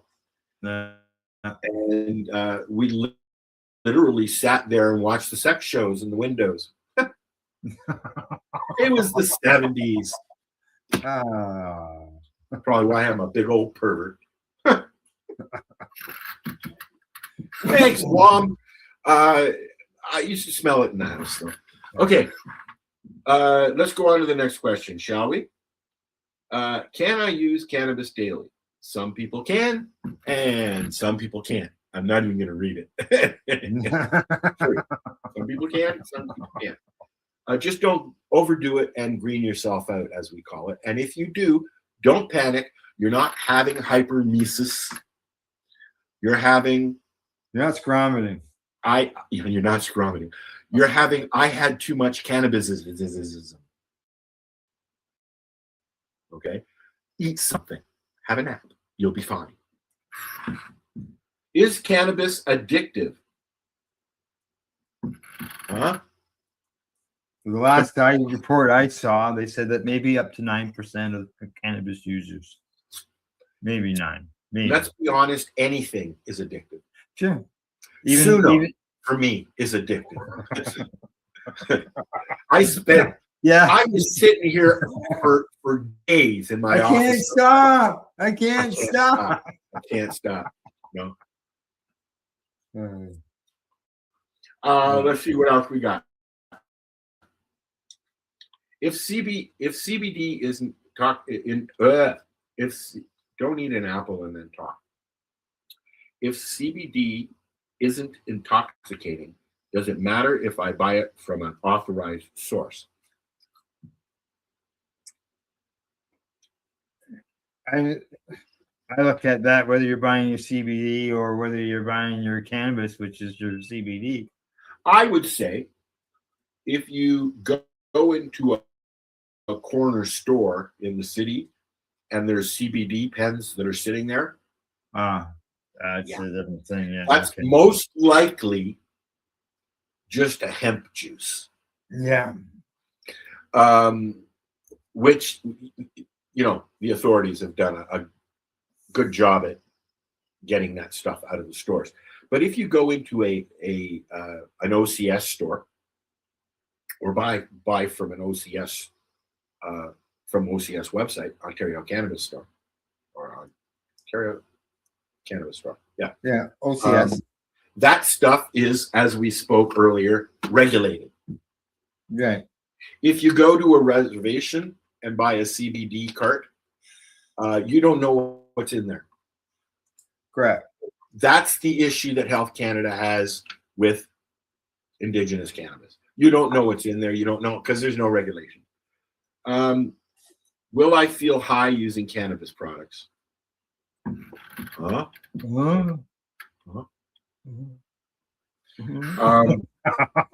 How do I choose the right cannabis product for me? I think we've covered that.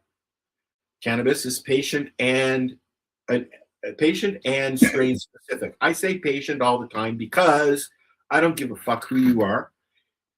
If you are using cannabis in any way, you're using it for a reason, to change your mindset, to enjoy a concert or a movie, whatever it is. It's medicinal. There's a reason why people have been calling it medicinal cannabis for so long. Moses, look at the bush, people. Okay. Should I store topicals and other non-intoxicating? You should be storing it. Anything. Yeah, keep it away from your kids. I keep mine in the fridge. When I have, would you keep all hands moisteners away from kids?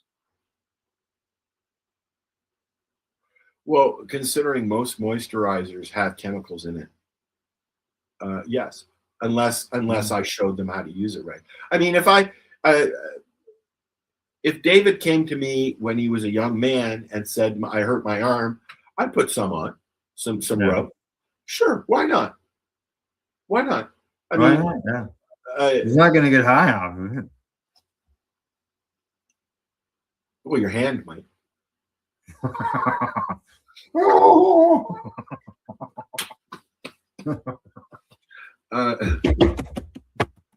I store my stuff like that in the fridge. I have a little fridge for my cannabis stuff. How come you're blue? And you look blue on my screen. I look blue. Oh, okay. It's all right. I found it. Yeah, your circle was blue. I could see you, but I was looking through a blue screen. I'm going, what's going on? Okay, I want to read this last bit on the back. You can get this last thing on, and then I've got something I want to get to. Yeah, and we got other songs to do too. Yeah. Exploring cannabis is easier when you have trustworthy, easy to understand information at your fingertips. The legal market offers clear labeling, consistent quality, I don't know about that, and formats that support making mindful, confident choices. Do your research, people. Wherever you are, your willingness. Oh, okay. Wherever you are in your wellness journey. You see, yeah, it's not fucking medical, but you're on a wellness journey. Take it as go at your own pace. If you have any questions, ask somebody. Come and listen to us. Al uses cannabis medically. I do as well. Our guests, if we ever have any, as well. And that's on both of our networks. You know, I mean, I've had several conversations with Rick Simpson himself, the man that brought cannabis oil back to the forefront. That's been there for centuries, but the burning bush people, just saying. How do you think they lit it? I think I'm hearing the dog growing upstairs that she wants to go outside. Let's put on a song. All right. Do you want to play one or you want me to play one? You can play one. You haven't played one of yours yet? No, not yet. Okay. So I'll play one. This one's called Walking Billboards. And the reason it's called Walking Billboards is because I believe that every time somebody wears a cannabis t-shirt, you are a billboard promoting cannabis advocacy. And whether you are wearing that t-shirt walking down the sidewalk or whether you're wearing it in the grocery store, a conversation can be struck up and education can be spread. So as far as I'm concerned, t-shirts can be walking billboards, and that's exactly what this song is called. I don't like wearing my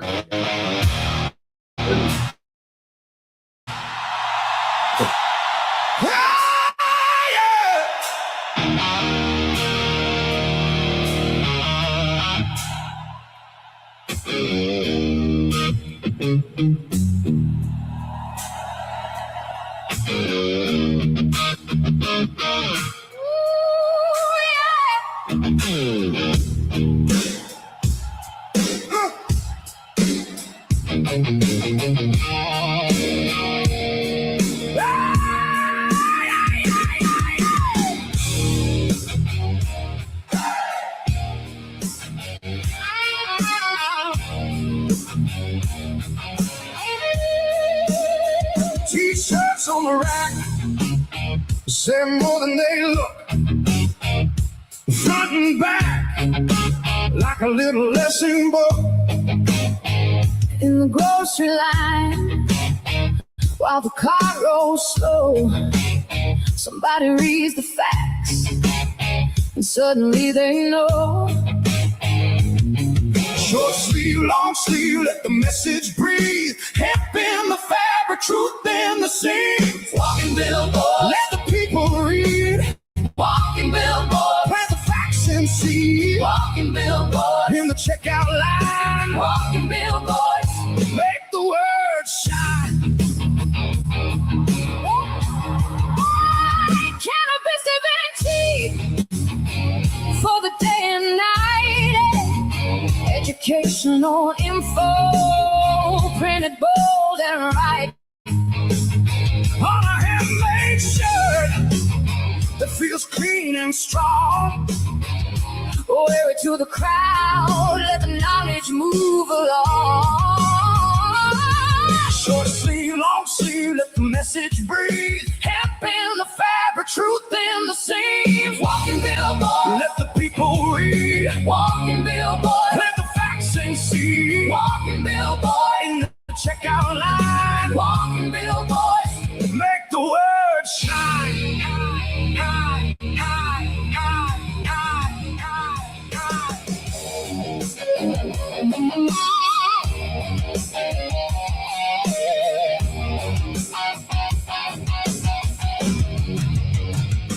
Not just style, it's a living flyer. You can wear You can lift, one small eye, turns heads around, one good tea. spread the word through town. Walking billboards, Let the people read. walking billboards, Plant the facts and seed. walking billboards, In the checkout line, walking billboards. make the word shine.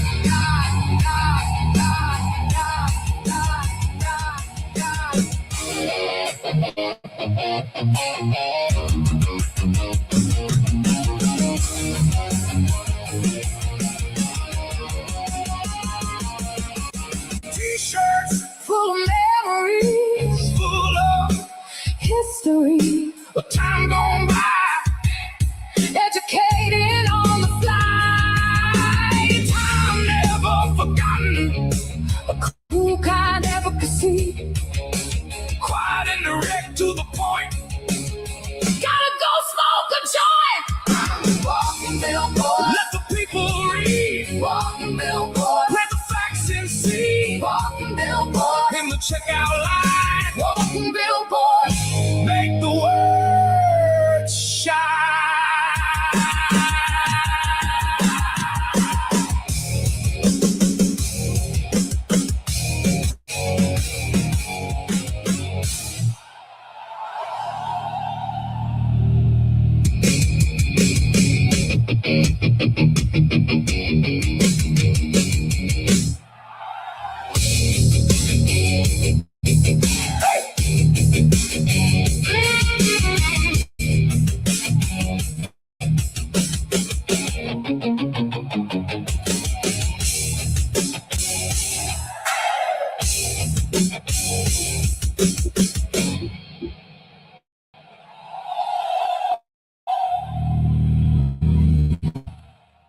I like that one.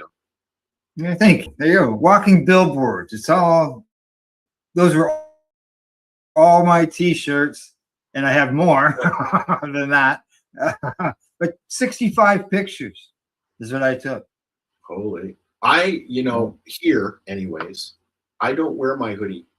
I wear it around the house, but I don't go like out to the store or anything like that because people stare. I don't like it. Yeah. Yeah, the kids especially. Oh yeah. I've got a few shirts that aren't cannabis related, but everything else is. This is my Canada Rock shirt for walking cannabis. Yeah. I don't generally wear cannabis t-shirts. No, eh? No. Mm. I get self-conscious, and then I don't want to be out. I just want to go home. So that contributes. Now, to would that be because of the stigma around cannabis, the concerns that you have that people have a negative thinking of you type thing? I don't know. Yes, something like that. Yeah. But anyways, yeah. So. T-shirts. Yeah, T-shirts. Yeah. T-shirts, sure. I've got a little video here. All right. That I thought we could watch, and I don't know where it went. I saw something jump on the screen there when you were. It's not behaving out. Isn't it? Oh, and now the next thing that I'm gonna have to deal with, just while I'm loading this, is I have my MacBook Air, and it can't be upgraded. It's my mom's old one. It can't be upgraded anymore. And now Chrome has decided that they are no longer going to give you updates because they're going into the next AI assistant stuff. So eventually, this is going to be a big, yeah. So science. Do you remember that song, Science? Yes, I do. You know who that was? What was his name? Oh, would you like me to tell you? British. Yeah, and I'll say, yeah, that's it. Magnus Pike. Magnus Pike. Something like this. Magnus, I can't remember his last name. I think it's Pike. But yeah, that and he was on Science. He did googly eyes. He looked like a scientist. In fact, he was. Yeah. He was the Mayim Bialik of his time. You know Mayim Bialik, Blossom. She has a PhD in biology. Wow. Yeah. She's very well versed in stuff. So, okay, I found it. Here we go. I follow this guy on Facebook, and now it doesn't want to add to the screen, of course. Can you see if you can add that to the screen now? The second ad. Beside Hi Guys. I'm not seeing it. All I see is 2 songs. Oh, hang on. What's this? Oh. Something's acting up. Oh, we have to. Oh, I know why it won't work. Hang on. Oops. We have to remove this, I believe. Oh, yeah. And then we can add that. No, you shouldn't have to remove it. It told me it had to. Oh, wow. Fuck you, man. So I follow this guy online, and you'll see why I enjoy watching his experiments. Put this together while taking a break from studying and only managed to shock myself twice. A glove taser. You know what I really like to see? Your face when you try to split your fingers apart. Well, let's try it myself. I have my Tesla coil here with a wire to the output and the ground of the Tesla coil, and I'm going to connect it to my fingers. There we are, and lots of clearance between the wire and my finger. Let's turn it on. Okay, now if I spread my fingers, get it up! Oh, I just need to put my fingers back together. Electricity will find the shortest path.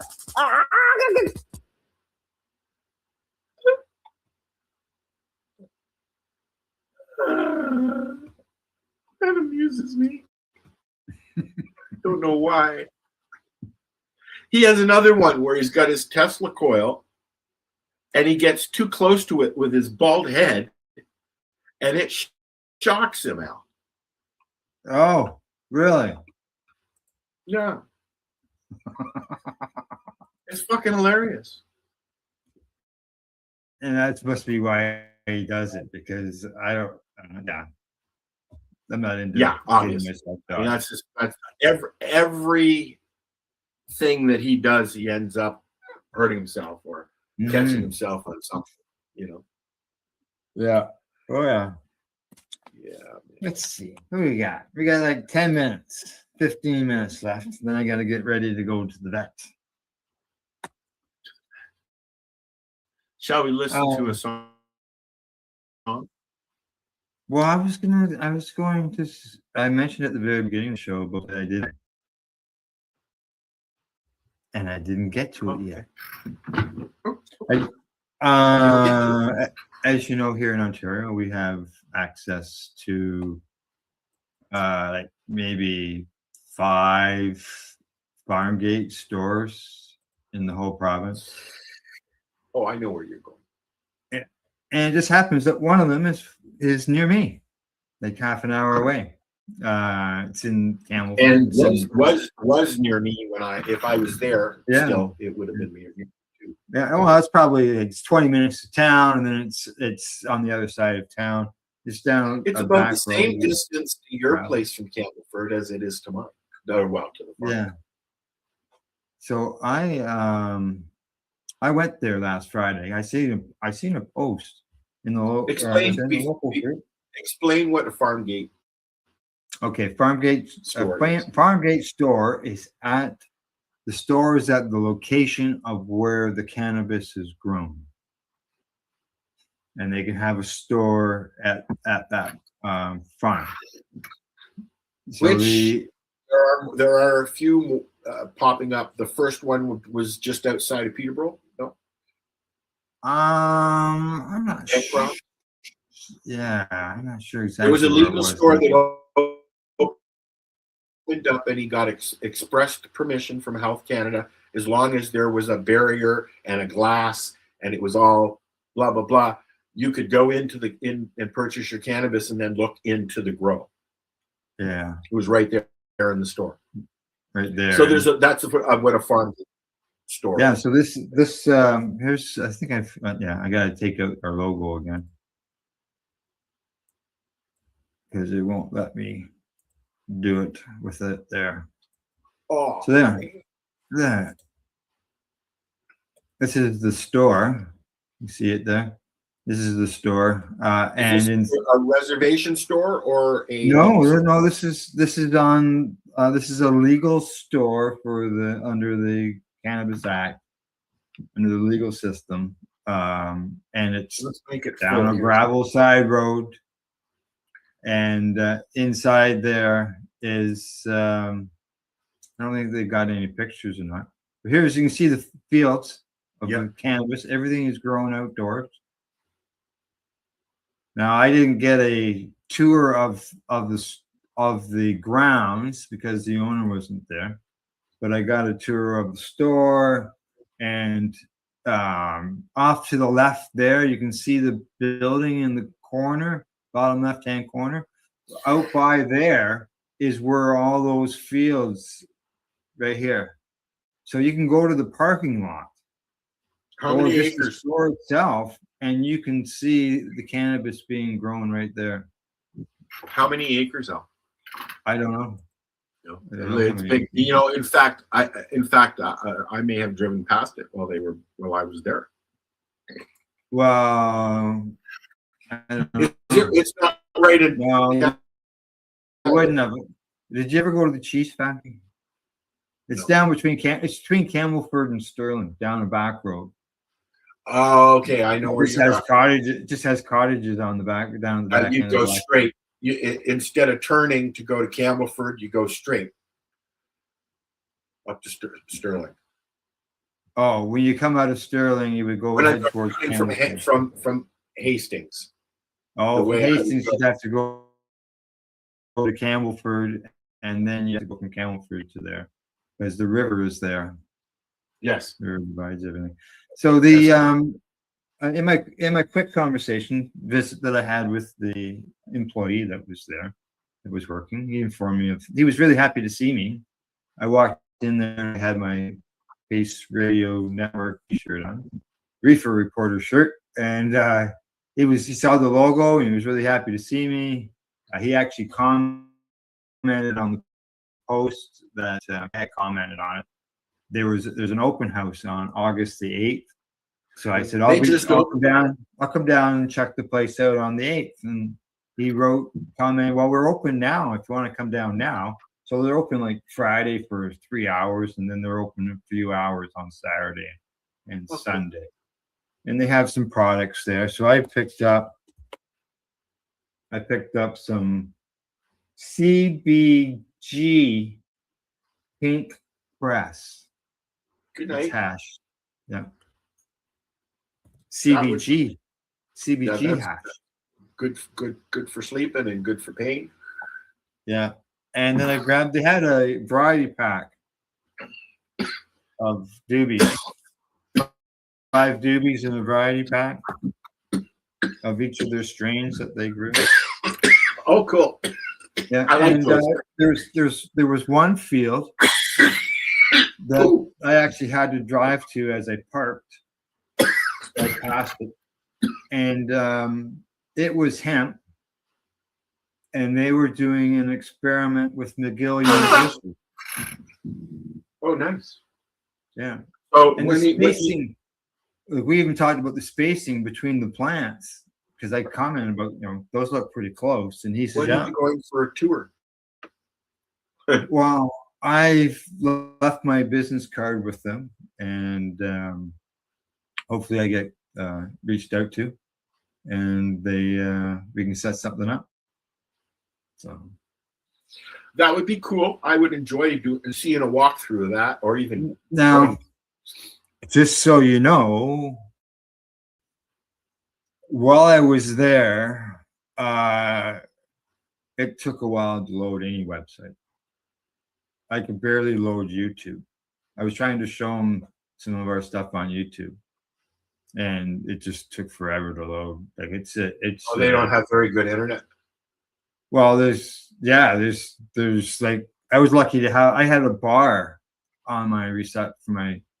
Tell you that's how strong my reception was. It was only one bar. So I don't know whether I can do a live broadcast from there or not, because it's pretty weak. It wouldn't be very good quality, I don't think. So I may have to record it just on my phone. Yep. Yeah. Yeah. And inside the place, I went in, there's cabinets up against the wall, display cabinets on cannabis, as well as hemp. And in one corner, they've got a fireplace, some pictures on the wall, and a place to sit. I saw pictures on your post. Yeah, there's pictures on the wall. There's cannabis pictures on the wall as well. And then in the center of the thing is this great big, I thought he said it was an instrument, but I could be wrong. But it's great. It's a great big thing. And it's got all these wooden bars on it and wires on it. And it takes 8 people to work it. Wow. Yeah, it's huge. I thought it was an instrument, but somebody posted a comment and said that it was something else. 2 people. It took 8 people. Can you see right there? That wooden structure in the. And it's an instrument? I thought it was an instrument. Or a press or something. No, because I don't know if you can see. Do you see the wires down here? Or no, not really, no. Oh, okay. Yeah. Your iPhone resolution sucks, man. Well, it's probably trying to see it through that little fucking hole view too, doesn't it? Help? So yeah, it's time to go down and take a look again. and Go for a from walk. there. Now, as far as their plants hadn't been in the ground very long, so they weren't very. They They wanted you to wait until they come back. They're all lush and plumpy. Well, the owner wasn't there. The owner was out of the country. So now, the owners of this place, you may know of another product, and you may have used another product that they produce. And what's that? Pure hemp rolling papers.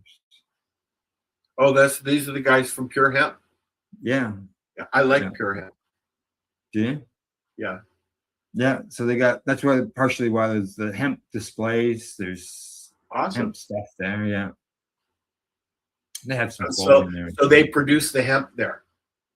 They grow it right there. They grow the cannabis there. There are some. They have a cannabis field and a hemp field. Yeah. How does that work when hemp is typically male? Maybe they watch for the harvest times. I don't know. But you can see the two windows on the side. If you look out those windows, you look into the hemp field. Is there a female hemp plant? I would think so. That's not cannabis. Yeah. Because I know that. What would produce the seeds? Well, they get hemp. Proper hemp product is from the bud. And who produces the bud? Normally, the female does. That's what I'm asking you. Does the hemp plant itself, not cannabis, the hemp plant? I don't see why not. Plant, I don't see why not. They do flower apparently. Yeah.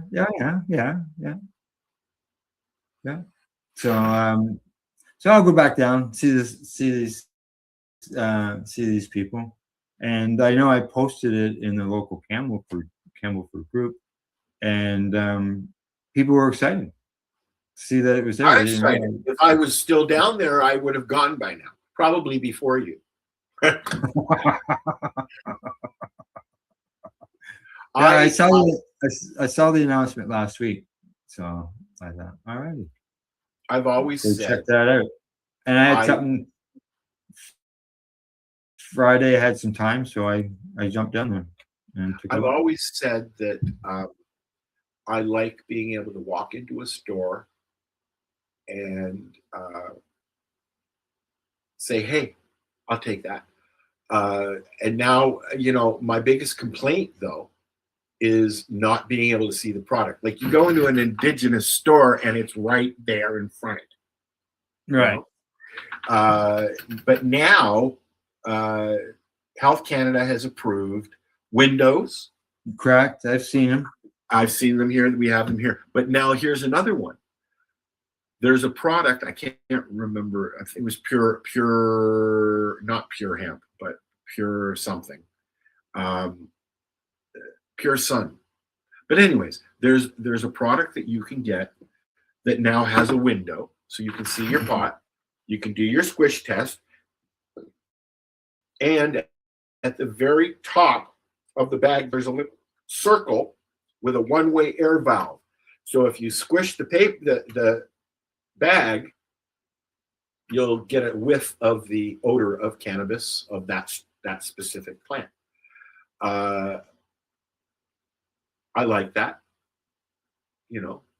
Now you would think that eventually, if it's only a one-way, air's coming out. Eventually, all the air would be out of the bag and nothing would be replaced. So hopefully, it doesn't get over squeezed. Well, it's a good idea. Is it? Yeah, I understand. It doesn't work, but it's a good I idea. wouldn't think a bag would be squeezed 100 friggin' times Up by the time. until 3 months ago, the only thing you could do was what I call the squish test, where you have a look at it. You can feel how much is in there, and you can tell if it's puffy. I typically won't buy a really hard nug because it turns into powder. Yeah. I like a puffy. I like my weed puffy. Little puffy never hurt anybody. All right, guy. I see it's the bottom of the hour. I've got to do a couple things before I take the cat to the vet. You have fun taking Odie to the vet? Oh, Garfield today. Oh, it's Garfield. Garfield is almost 19 years of age. Yep. So we just a little concerned he might be having a respiratory infection. Maybe. Stephen, as you know, has had that, and he has urinary issues. Oh yeah. We had a cat that lived, Susie, family cat, 21 years old, with the last 5 years of her life having full-blown feline AIDS, which is actually quite common in cats. In older, really? Yeah. Yeah, and it's the same evil thing. Yeah. But in cats, it's not transferable between human and cats. But it deteriorates their skin, everything. Yeah. Well, I don't think he has that. He's still got his hair. He got his hair still. Yeah. Susie did not. All right. All right. All righty. I guess I'm heading. We got other songs for another day. Correct. Oh yeah, we got lots of music. And actually, before I go, I should mention that actually the show music should be coming up soon. Cool. I haven't figured out when I'm going to start releasing it yet. So cool. All right. If you're interested in hearing our songs, go to the 420 Pace YouTube page, and you'll see music by Al. That's right. Yeah, exactly. And That's going to be the name of the songs show. from that I do, and songs that Al does, and songs from other people's. And you'll if you join that podcast playlist on YouTube, every time we put something new on there, you'll get a notification. Yep, exactly. All righty, guys. I've got to go, and we will see you all maybe next week. Maybe. Other than that, see you later. Bye.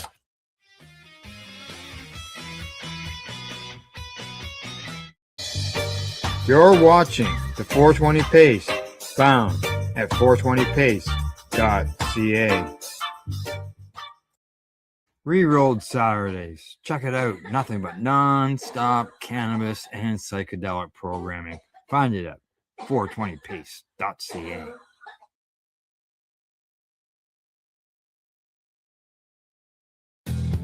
Stay tuned.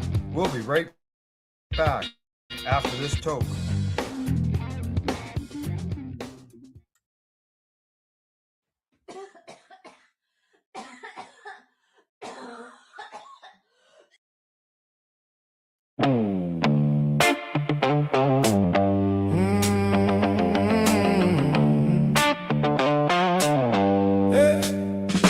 Running that trim, slow hands, clean grind. Green on the table, scissors in time. One wrong move and it burns like sin. Keep your face back, let the fan spin. Remember, don't touch your eyes. Yeah, I learned that the hard way twice. Sticky little warning, sharp little price. You blink too fast and you pay the slice. One hand clean, one hand still. Move like a ghost, got to keep that chill. If the room gets loud, don't rub, don't reach. Wash up first, then you breathe. Remember, don't touch your eyes. Don't touch your eyes. Don't touch your eyes.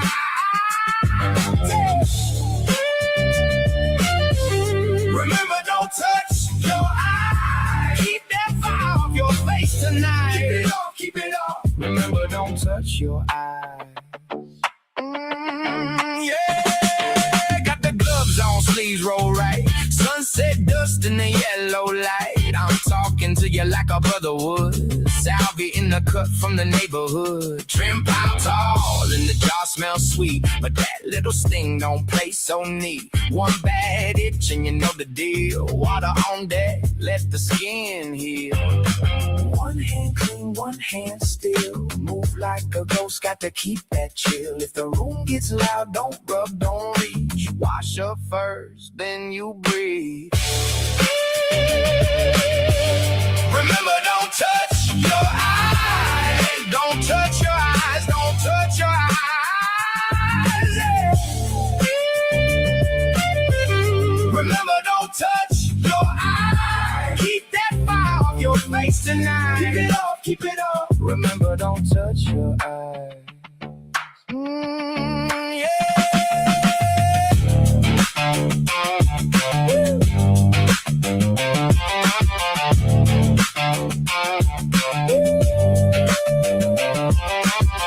Yeah, I seen that red come quick. One straight touch and it hits like grit. So I pause, let the moment pass. Rinse it out, don't make it last. Hands low, mind clear, that's the code. Take it slow on the tender road.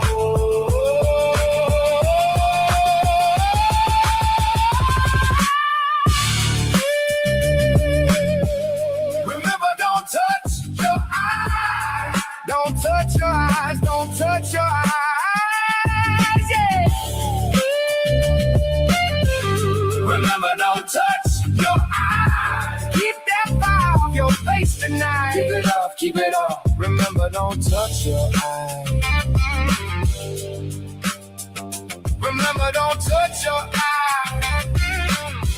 Yeah, don't touch your eyes. Wash up first, then you breathe.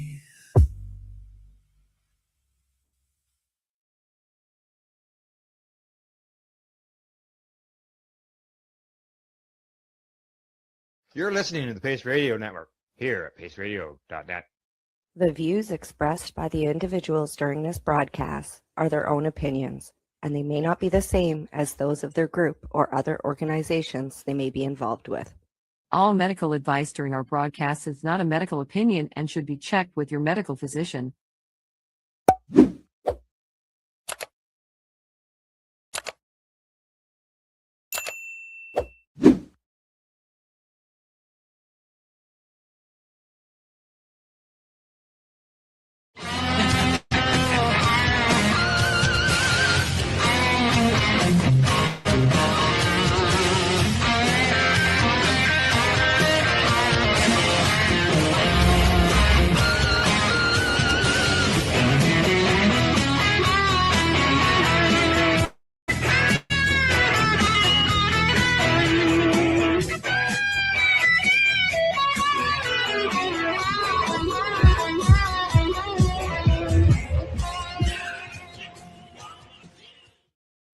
Good day and welcome to the Sweet Pea and Mayhem podcast for today, Tuesday, January 16th, 2026.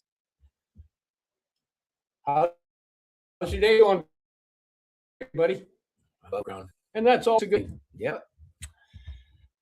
What you been doing? Painting. Working on a giant butterfly. And how big is the giant butterfly? 8.5 by 8 feet. Ah, so if they come to your Facebook page, they can see little shots of you as you're slowly putting this monstrosity, beautiful, incredible piece of art together. If it falls on me, my bio will be crushed by giant butterfly.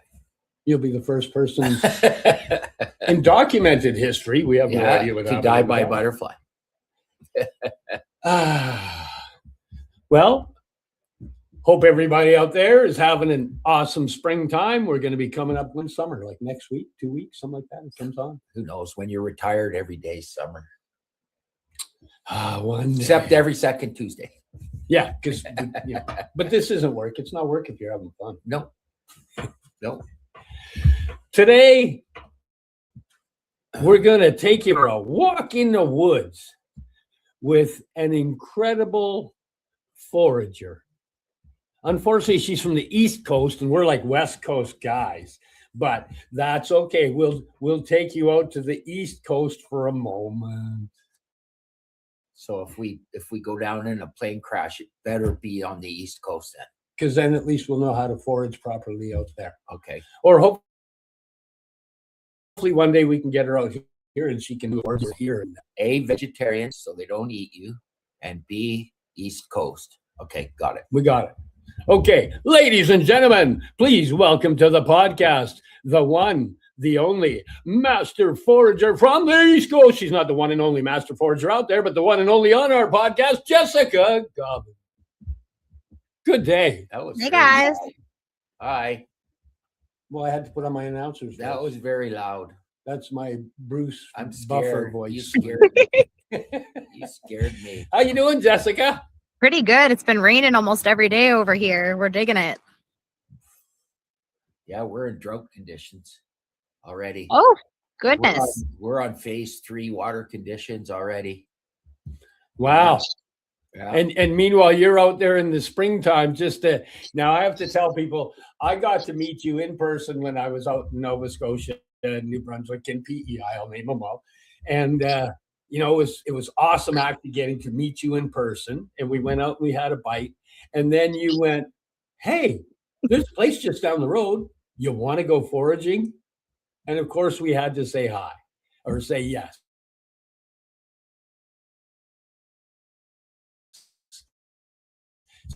So we ran out there. What was the name of the place? It was at the back end of Irishtown Nature Park. It was actually the very beginning of the springtime, and I have over the little things and the things you were pointing out that honestly, when I'm out looking, I don't even see half of those things you were pointing. Some of the tiny little ones that you're pointing out in the corner, it's unreal. But what got you into foraging in the first place? Well, that would be my mom. She raised me to forage, so I don't remember not foraging. It's always been a part of my life. What's your earliest memory of foraging? My earliest memory of foraging is actually picking mushrooms in the backyard with my mom. I didn't realize it at the time. I thought they just grew there, but it turns out she was taking grocery store mushrooms and smushing them into the lawn over and over until they took. Wow, that's good. Yeah. Have you ever foraged on the West Coast? I've never been on the West Coast, but it's really high on my bucket list. Now, the farther north you go, is it harder and harder to forage? I haven't really gone all that far north. I've only gone like partway into Quebec, but there's just different stuff. There's just different stuff out there. So say if you came here, would you have to train with like First Nations person to learn how to forage here? There's likely some overlap. There's probably some stuff that grows here that also grows there. And I am a little familiar already with the mushrooms that grow there. For me, it would mostly be the plants that I would have to look into. Yeah. I was been saving this question because I've been wondering about it. Someone once told me that, the fern that grows in the floor of the forest, you can eat the roots. Is that true? I think it would depend on the species, but there are species like that. Yeah. Oh, okay. Now, what about because the fiddleheads come from a fern as well, right? Yeah, they do. Would that what he's talking about? Because I've heard that before. Would that be kind of somebody's just dropped that people eat fiddleheads off, therefore the roots are probably edible? Not necessarily. I don't know about fiddleheads are called ostrich fern, so it's one specific species of fern. To my knowledge, it's only the fresh fronds that are edible on that particular fern, and there are lots of instances where some parts of a plant are edible and some parts are poison. So it's you got to know. Yeah, because there's a lot of ferns on the forest floor here. Like that's probably our most common thing. Here is the ferns. Yeah, I'd be curious to know what species they're talking about for sure. Have you ever run into any wild animals? I saw a porcupine climbing a tree yesterday. What? Porcupine? Yeah, I know, right? I didn't know porcupines could climb trees. It was pretty crazy.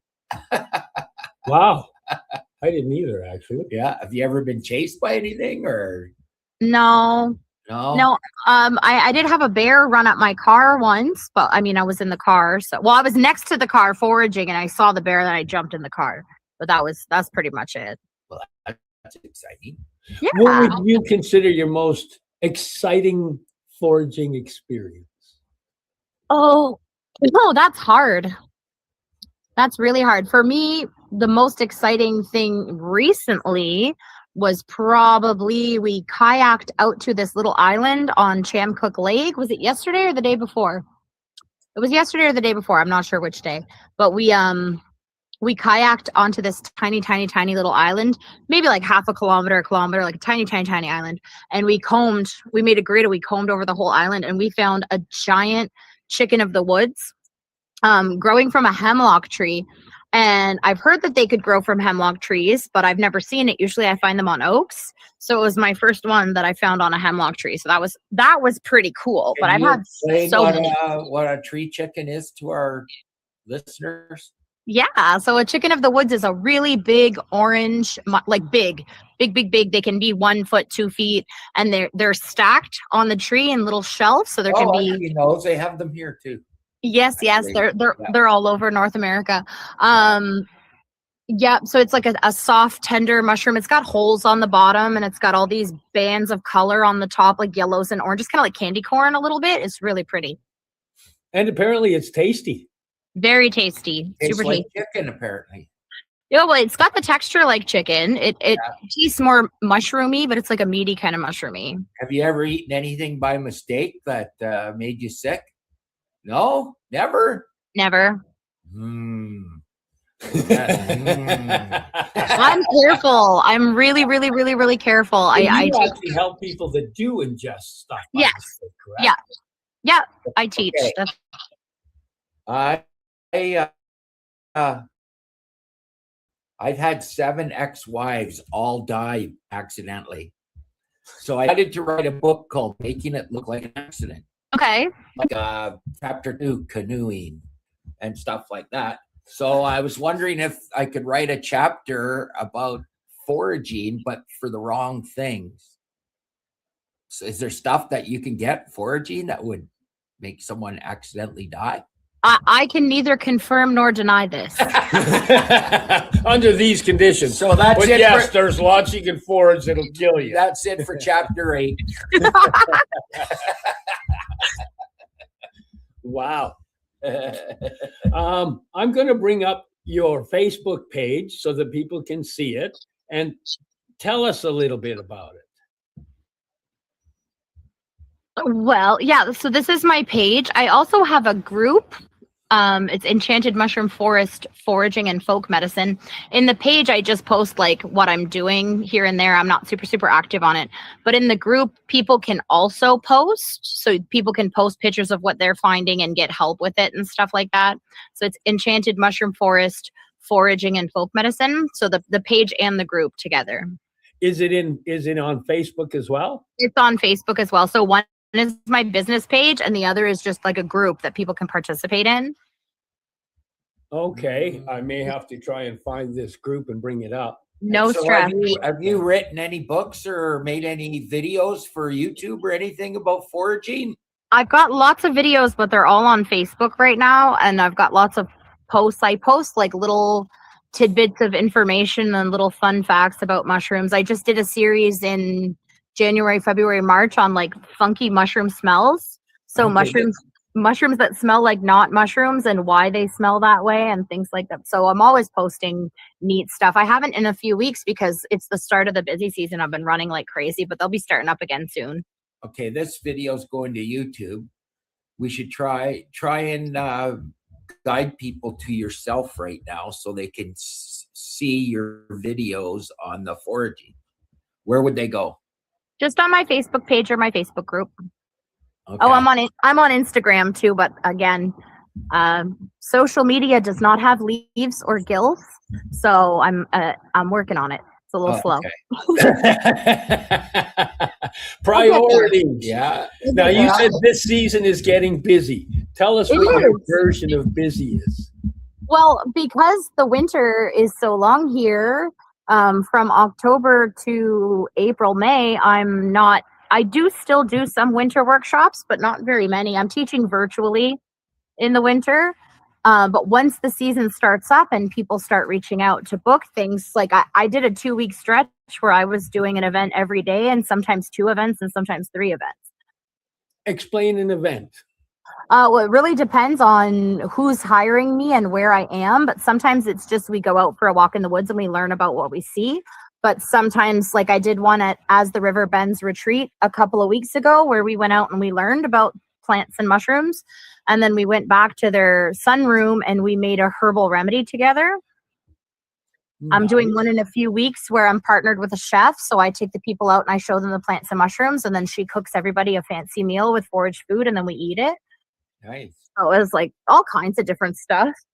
What's that native show on TV called Moose Meat and something where the native guys go foraging and they cook meals on the show? Yeah, I haven't seen it's it. called Moose Meat and something. It's called it's got a different name, anyways. That's So cool. you've never been to BC to forage. You've only been in your own area. Yeah, I have been to Winnipeg and Montreal, and then up all along Probably the top of. Slim pickings there in Winnipeg, I'm guessing. Actually, I found a lot of stuff, and I was there Did in ya? November. I was there in November, so it was starting to get cold and things were starting to freeze and die, but I found so much stuff. Wow. Yeah, I was Just surprised. I got sent out there as a kid, and I just visualized dead. Foraging mosquitoes. Yes. You can forage lots of mosquitoes. If you eat 10,000 of them, I hear you could live for another day. I've got your email address up there and the Facebook thing, so that if anybody wants to get a hold of you and look into doing some of these tours which you've got going, they can reach out this way to you. So you don't just organize your own tours. You also just have people that want to organize things up and say, I've got a nice farm and I have a hobby farm and I want to invite you out to show people how to forage around the hobby farm and have an afternoon. Okay, wicked. I also do property surveys, which are some of my favorites. So it's when somebody will invite me to their space and I teach them about everything they have on their space. So they can go and pick their own salads every night. Yeah. That's pretty cool. Yeah, those are one of my favorites. Yeah. Is there any favorite thing that you like to eat when you're foraging? Is there something that you think is the best?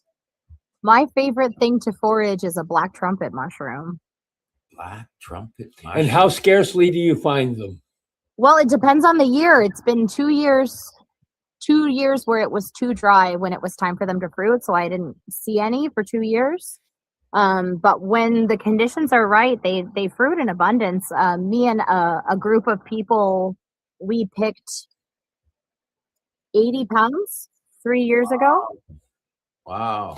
Now, is that the one, the trumpeter, black trumpeter? I'm not familiar with the specific black trumpeter, but I am familiar with trumpeter, and they work for clearing arterial plaque and whatnot out of the blood. Does the black trumpeter also work? What do you know about health benefits for it?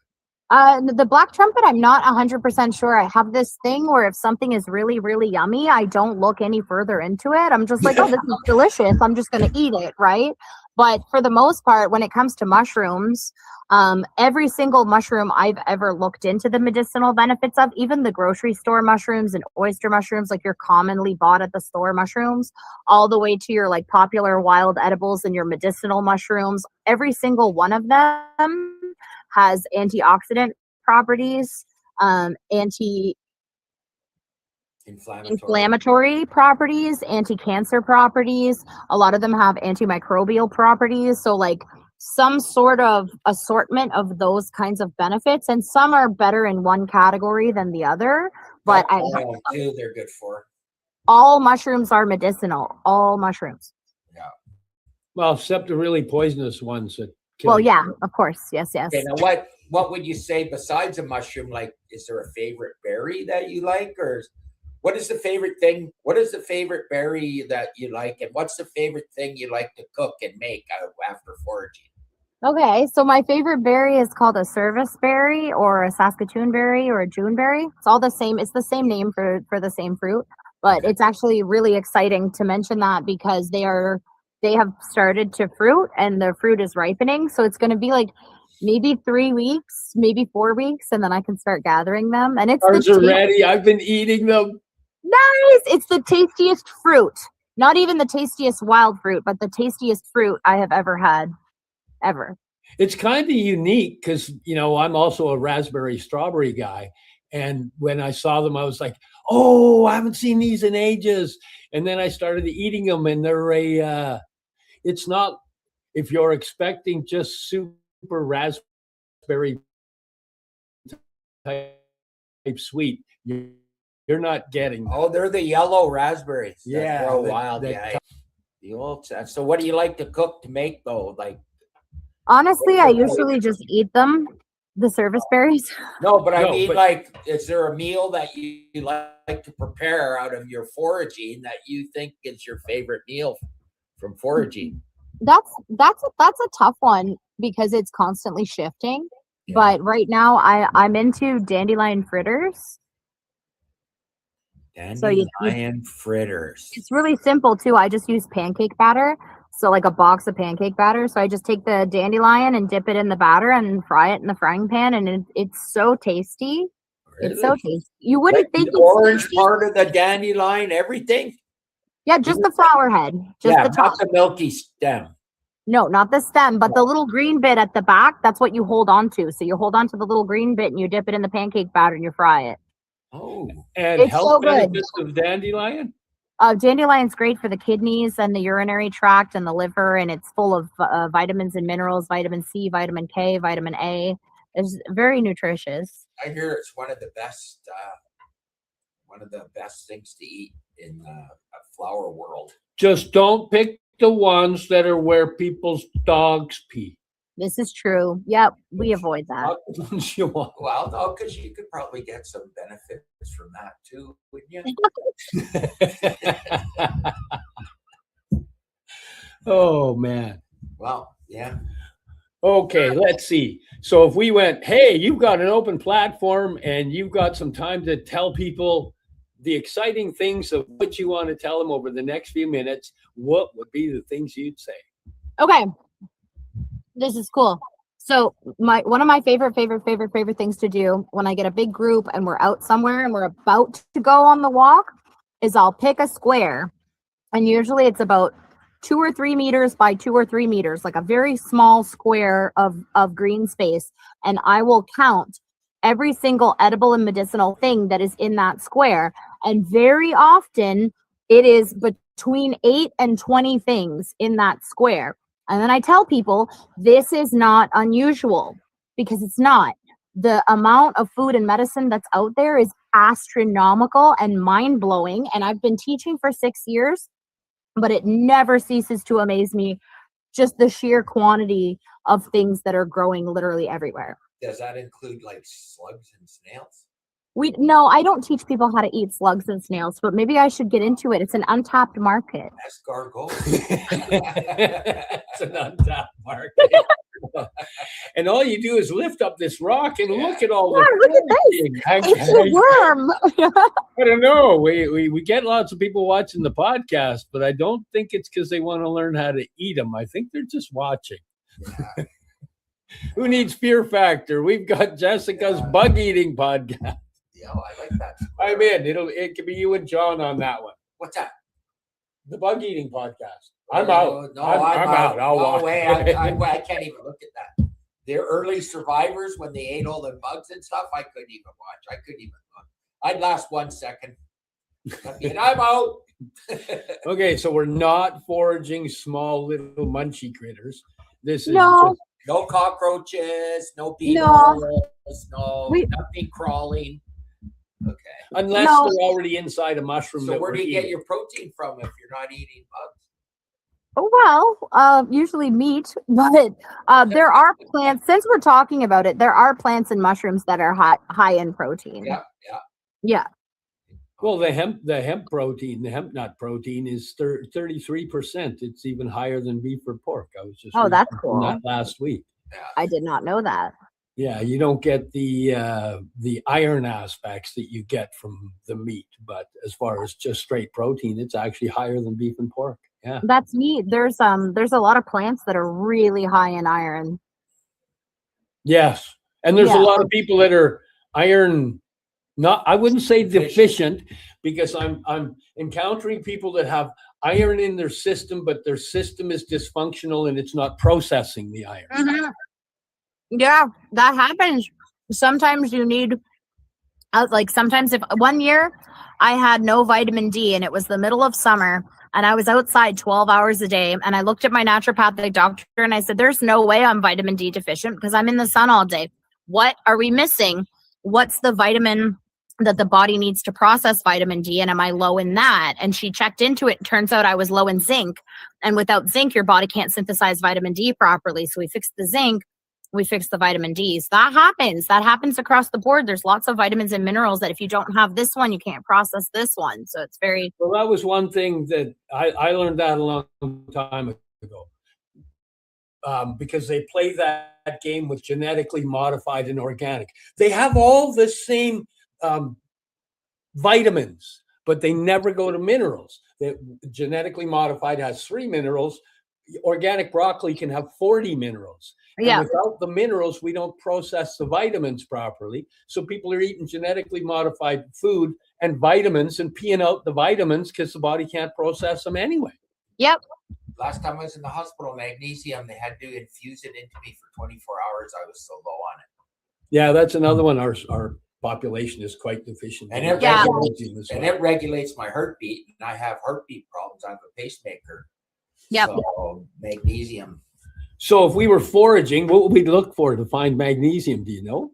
Not offhand. I would have to look into that. I supplement with magnesium because, like you said, a lot of us are magnesium deficient. So I get the magnesium flakes and I make this spray. And we've got it in some of the microdoses. We have magnesium L-threonate in there. Yeah. Yep. Yes, I eat that every day. Okay, let's see. What would be the most important things you would say to somebody if they were, one, had done a little bit of studying for foraging and were heading out? Just don't get cocky. That's like everybody's everybody, especially when it comes to the mushrooms, everybody's under the impression that there's like deadly pairs. Yeah. Like deadly lookalikes, and there are deadly lookalikes, but the issue isn't that they're so convincing that it's impossible to tell them apart. It's the issue is there are fine details that if you don't know what you're looking for, it's almost like you don't even see it. So you got to do your due diligence. You got to take your time, double check your important features, know if there's a deadly lookalike and check that, and just always ask for backup from somebody who knows more than you when you're starting out. What's the one that the girl in Australia poisoned her and killed her family in a beef Wellington? What kind of mushroom was that? That was the death cap. Okay, now where can we get those? In the well, on the west coast, they grow everywhere. We don't have those over here on the East Coast. We have destroying angels, but it's the same chemical, just a different mushroom. Yeah. The nervous system attacks, I think. Oh no, that attacks the walls of your cells and damages your DNA, and it's it causes multi-system organ failure because of the DNA damage. Okay. Yeah. Let me write this down. Chapter 8.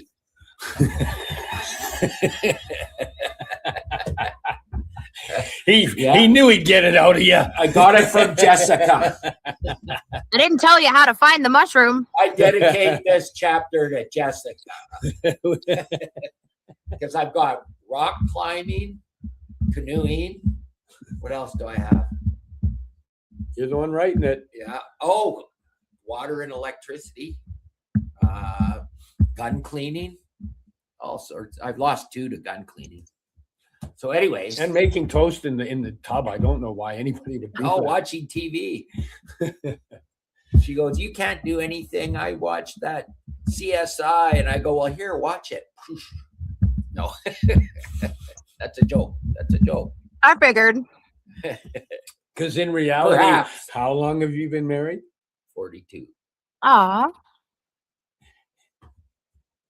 He's proof. Yeah, that love exists. I don't know how she puts up with him, but he's. Some people say it's a miracle.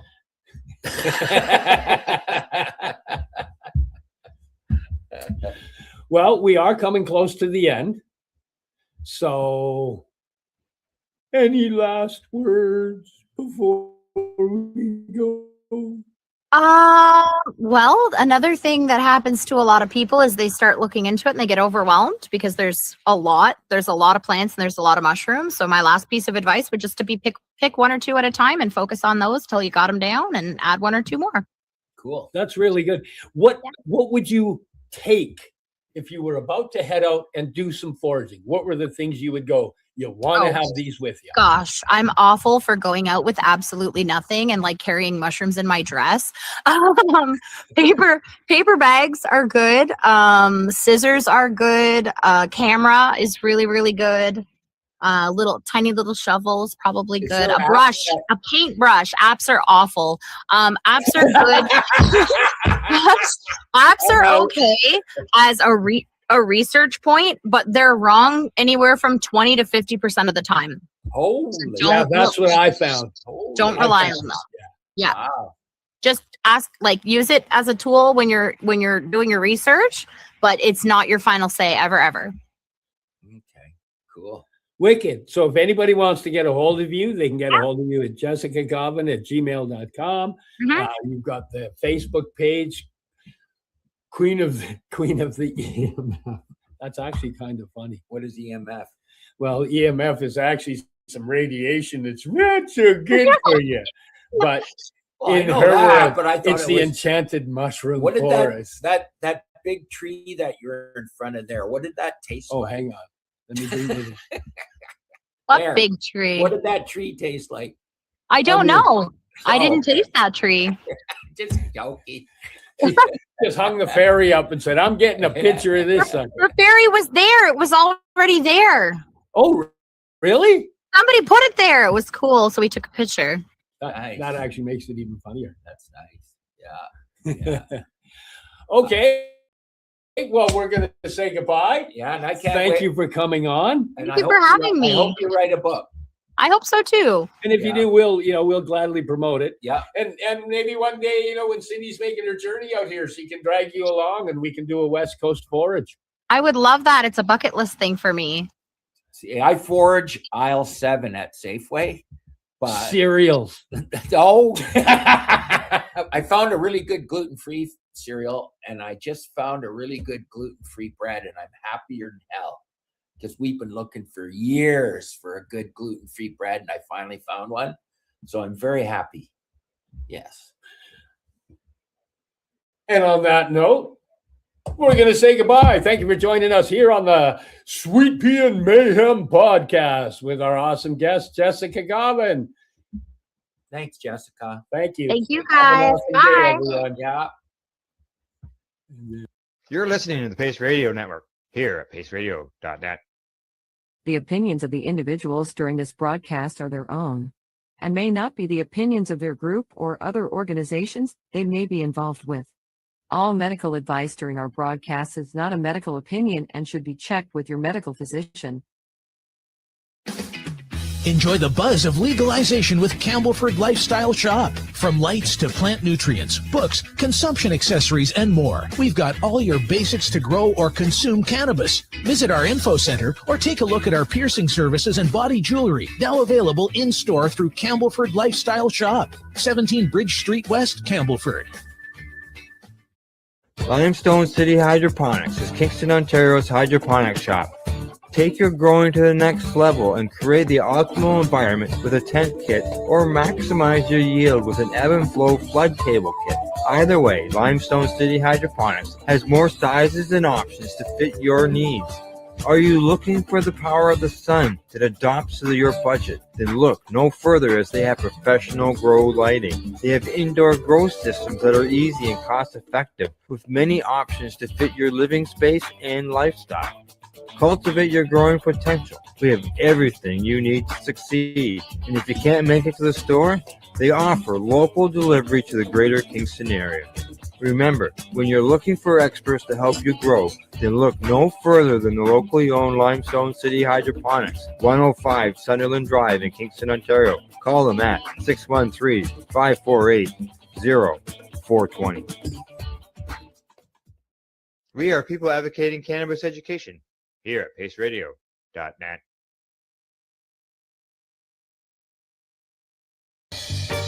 You're watching the 420 Pace, found at 420pace.ca.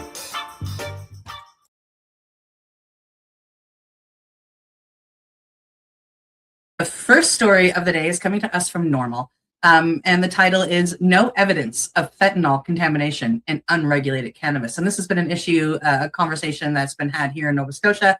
The premier accused the unregulated cannabis market of having fentanyl in it, and that proof was, that comment was proved wrong.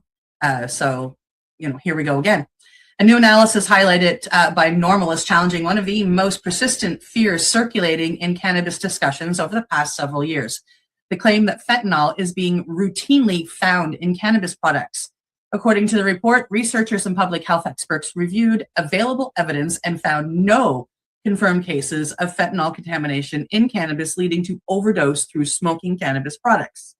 The analysis notes that while stories and social media posts about fentanyl-laced cannabis frequently generate headlines and public concern, verified evidence remains remarkably scarce.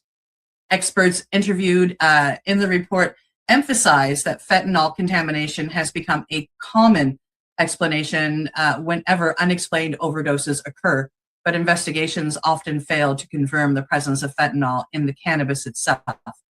In many cases, subsequent testing either finds no contamination or identifies other factors that contributed to the incident. The analysis does not suggest that illicit markets are safe or that contamination concerns should be ignored. Rather, researchers argue that public health messaging should be grounded in evidence rather than fear. Misinformation, they warn, can undermine trust in legitimate warnings about genuine drug risks. The report also raises concerns that exaggerated contamination claims may distract attention from the real drivers of the opiate crisis, where fentanyl contamination is overwhelmingly associated with illicit opiate supplies rather than cannabis. For cannabis consumers and policymakers alike, the message is straightforward. Remain cautious, support testing and regulation where possible, but base public health decisions on verified evidence rather than viral rumors.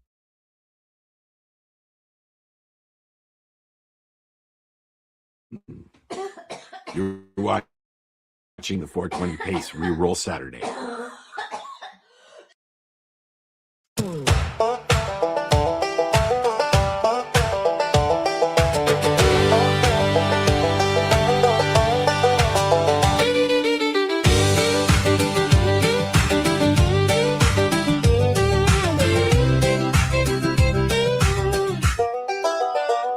Twist up another rollie, pass it down the road. Ash in the mason jar, bare feet on the floor. Your grin says trouble, mine says let it go. Bluegrass in the moonlight, dust on my jeans. Your hand on the table, my heart on the beat. We got all night and not much in between. Take a little drag now, hold it like a prayer. One more for the road, babe. Meet me halfway there. Puff, puff, pass it along the line. Puff, puff, pass it along the line. One more lap, one more time. Puff, puff, pass it along the line. Boots by the doorway, bottle on ice. Your name on my tongue tastes sweet and wild. This old room still buzzes when you get this high. Take a little drag now, hold it like a prayer. One more for the road, babe. Meet me halfway there. Puff, puff, pass it along the line. Puff, puff, pass it along the line. One more lap, more time. Puff, puff, pass it along the line.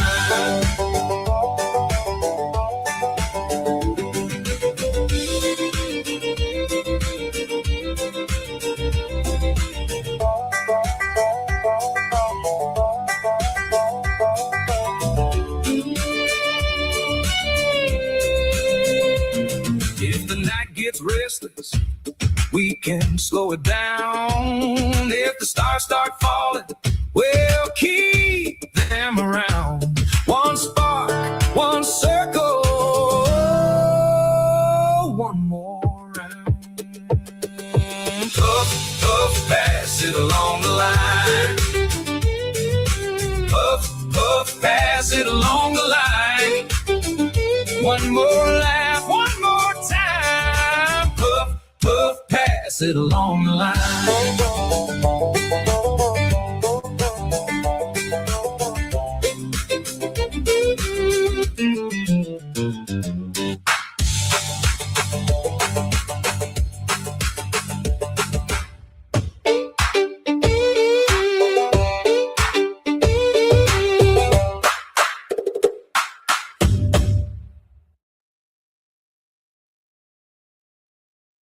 You're listening to the Pace Radio Network here at paceradio.net.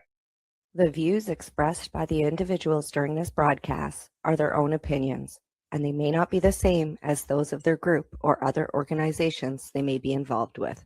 All medical advice during our broadcast is not a medical opinion and should be checked with your medical physician.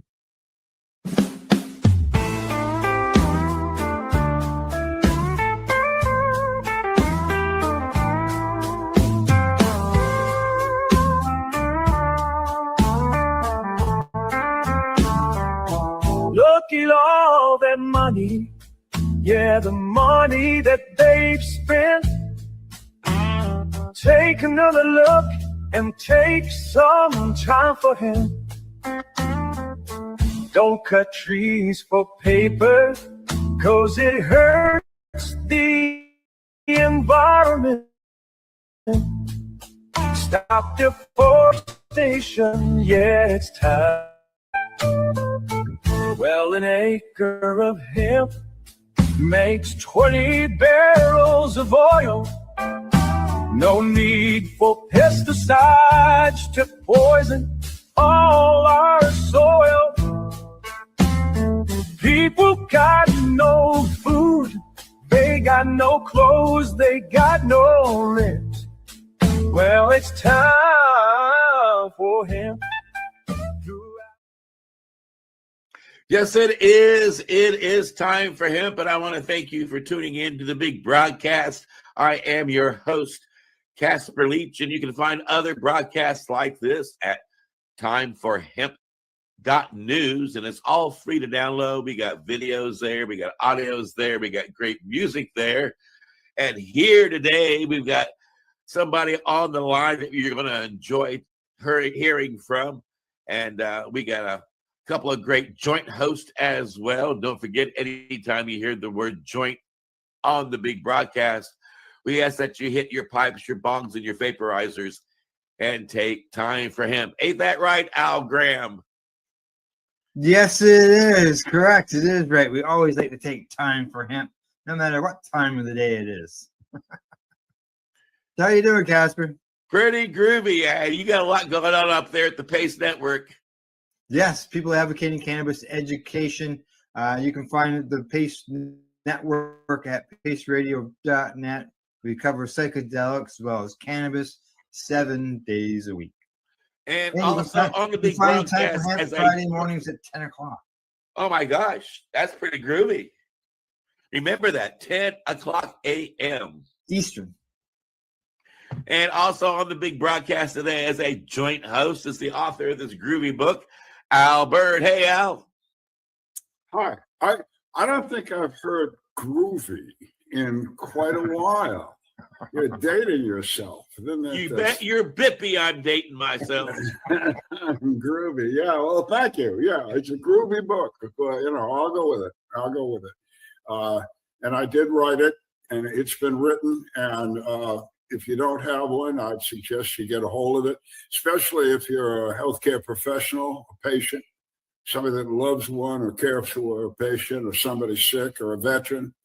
It's 360 pages of basically medical cannabis information wrapped into a story of 40-year history of how did this happen anyway? How did we get medical cannabis in the United States? Speaking of veterans with great stories, you've got a friend that you brought to our network a long time ago, who's a friend of ours now.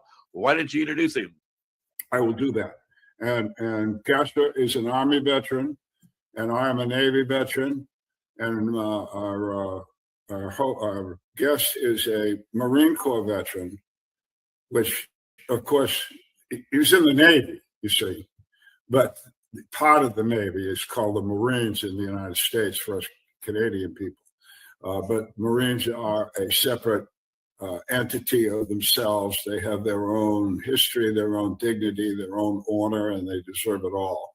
So what we got here is we've got a retired Marine officer, a combat veteran, and a guy I've known now for several years. Had some great discussions, and we're going to have one today. His name is Brian Buckley. Hey, Brian. How are you?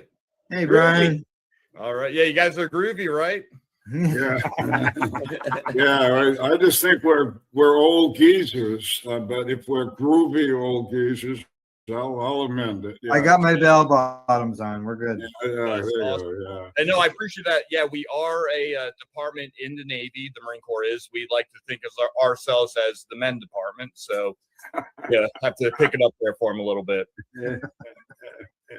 I love inter-service humor. If you are not familiar with it, you might think these guys are demeaning each other or something. Just the opposite. It's just the military is its own little world, and it was a great one to be in, and I know you felt that way too.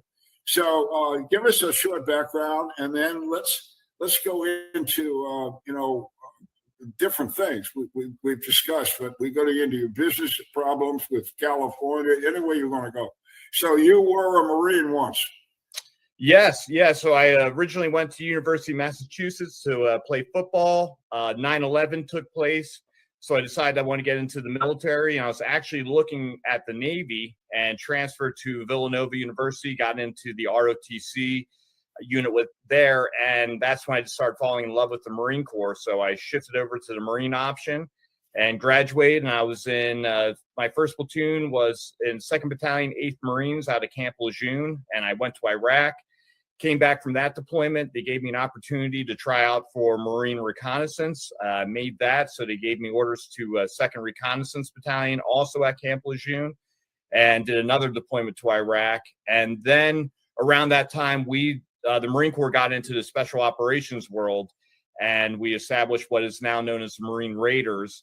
So it's the same as the Navy SEALs or Army Green Berets, and was fortunate enough to make that and spent a majority of my time in the Marine Corps as a Marine Raider, as a team commander. So I was with them also in Camp Lejeune and Camp Pendleton out here in California, and did deployments to Afghanistan, Southeast Asia, and Africa. So that was a really interesting time, and got to learn a lot more about, not just the military side, but working with the government more, with embassies and things like that. So really was just an amazing experience, and just so fortunate and blessed to serve with the people I served with, and how many people I met, and not just that, like during my active duty time, but even on the veteran side, still obviously heavily engaged with veterans, and just some really amazing patriots. So yeah, I could talk for days about that. So well, you got a huge slice of the world. I mean, the environment that you were moved around in allowed you to see a variety of aspects of poverty, pain, human nature, culture, that probably opened your eyes to a new way of blending the human race together. Sure, absolutely. It was just Yeah, very interesting. Seeing all these different cultures, it really made me feel so blessed. Winning the lottery, being born in America, and just, obviously we're not perfect. There's a lot of things we can improve upon, but I still think one of the best experiments out there is the United States of America. And I just kind of reflect on some of the places I've been and the people I've met, and I've seen the very best in people and I've seen the very worst in people. Definitely eye-opening. It's some of the worst in people that you've had to deal with that has now brought you into the environment that you're working yourself into now, your own organization and your own approach to dealing with the problems that society hands veterans when they leave the military, and they have a lot to deal with, a lot of baggage. Yeah, that's for sure. And one of my friends one time told me, I think it was during the November time frame, and obviously that's big with Veterans Day and the Marine Corps birthday and all this stuff. So I was like a centerfold or something in High Times, and my buddy's like, whoever would ever think we would see Brian Buckley like in the High Times magazine and all that stuff. But it's been a very interesting ride, and never really dealt with anything on the cannabis side growing up. But now being a veteran and dealing with the things I'm dealing with and seeing what other veterans are dealing with, it's just amazing what cannabis can do for people. And, we're making progress, but still it's kind of baffling at times where we're not making fast enough, I think, improvements that we could to our But health. you've reached the understanding that cannabis brings peace of mind to those who have to wrestle with a lot of demons. Absolutely. Both, not just on, what you're going through like everyday life, but also on like, the physical side of the pain relief and things that cannabis can do versus opiates. It's an amazing Swiss Army knife, if you want to put it that way. I think you've done at least 2 positive actions to get involved with the things you're talking about. Why don't you tell the audience about the foundation, your Growers Association, whatever you want. Yeah. So what originally was around the 2016 timeframe, I think that's, I got out of the military in 2013 and was just kind of head down in the corporate America world, just making money. Right. And, not only was I dealing with some demons, but I started kind of seeing what was happening with veterans. So I decided to start a nonprofit called Battle Brothers Foundation. And originally I was just using it to, help out veterans with their VA disability claims. And it just kind of grew from there. And again, saying I was dealing with some demons, one of my friends said, hey, why don't you try some cannabis? Obviously a little bit apprehensive at first, but, I kind of felt desperate. I'm like, hey, I'm willing to try it out. And I'll just never forget the first time I had some cannabis. It was the first time I went to had a full night of sleep in I don't know how many years. I went, wow, this is pretty remarkable, and kept having positive results. And it just led me to talk to more veterans about it and hearing how well it was helping them. So I decided to say hey, why can't I go to the VA and get, 15 pills of opiates or whatever like that? But it seems like this cannabis plant can answer so many issues I'm dealing with. And sat down, met with some members of Congress and said, what would I have to do to get cannabis into the VA system? And after they were done laughing at me, they said, listen, if you can go out and, get data and have it backed by American doctors, you're going to have a very positive argument. So I was at a UCLA cannabis symposium one night, listening to doctors speak. It was all well and good, but the most provocative part of that night was during a coffee break. And I met a gentleman named Alon Blat, and Alon is an Israeli, and he has a medical firm called Niamedic Healthcare and Research Services. And they really kind of got onto the map way back when Dr. Sanjay Gupta did a series on CNN. He actually flew over to Israel, and he was with Niamedic, and they were showing what cannabis was doing for the senior citizen community. And when I had discussions with them, they're like, you're going to need to get this thing called an institutional review board, or an IRB. And that falls under the FDA. And it means you have been cleared to whatever you're researching, you can now use it on human subjects. And they're like, listen, it's going to be very difficult to get. It's very serious business, obviously, whenever you're testing something out on a human being. And in America, it's a Schedule 1 narcotic. So they're like, we'll see what we can do here. And I was trying to think, like, how can I make money to get this thing going and also spread the word about what I'm doing. So I decided to start a company out here in California called Hellman Valley Growers Company, or HVGC. And those 4 letters are significant in the Marine Raider world. It originally meant the Hellman Valley Gun Club, and you were able to get an HVGC tattoo if you were a Raider and you served in the Helmand province. So I wanted to, kind of pay tribute to all the men and women who did time in the Helmand. And also, I thought it was a kind of a, cool way, a cool name, if you could, a cool brand. So I established that company. And with the money we made off of that, with our profits, we put back into the nonprofit to help raise money to get this IRB going. And that IRB cost about $150,000. So once we had that money, we went forward, put together a plan of action, went to the IRB, and basically what IRB is, it's a panel of doctors, and they're going through everything, making sure your I's are dotted, your T's are crossed. And we got approval for it. And once we got approval for that, we were able to get the University of California at Irvine to come on to be our principal investigators. They're strictly in an observational role, so they're not going to be touching any THC. So they were cleared to participate in that. So essentially, we'd have Israeli doctors working with U.S. veterans and having American doctors kind of in the background validating, like, yep, that happened. And away we go. So right now, we're still in discussions with Congress. We have on their desk, and we're hoping by next summer, we would get the approval to get the first study going, which will probably be about the $2 to $3 million range. And once we have that data, we would have a recommended treatment protocol and a formulation. We would move it into another state outside of California just to prove that it's repeatable and accessible. And if that goes well, which we are very bullish it will, because the Israelis have had very positive results with it, that's when we start going to the double blinds and so on and so forth. And hopefully, at some point, we actually have Hellman Valley Growers Company product in the VA system where veterans can have it prescribed, being the key word, to help out with what their ailments are. So let me just interrupt. So if you're out there with a couple of $1 million and a really, really effective place to put your money as a donation is philanthropy, you might want to get a hold of Brian. This is a program of would mean so much to the veteran community. I can't tell you what it would mean to us. And for a lot of you, a couple of $1 million isn't a lot of money. I know that. And if you could reach out to Brian or me or somebody, we'll be glad to take this money. And I'll tell you, I know this man. It will be spent appropriately.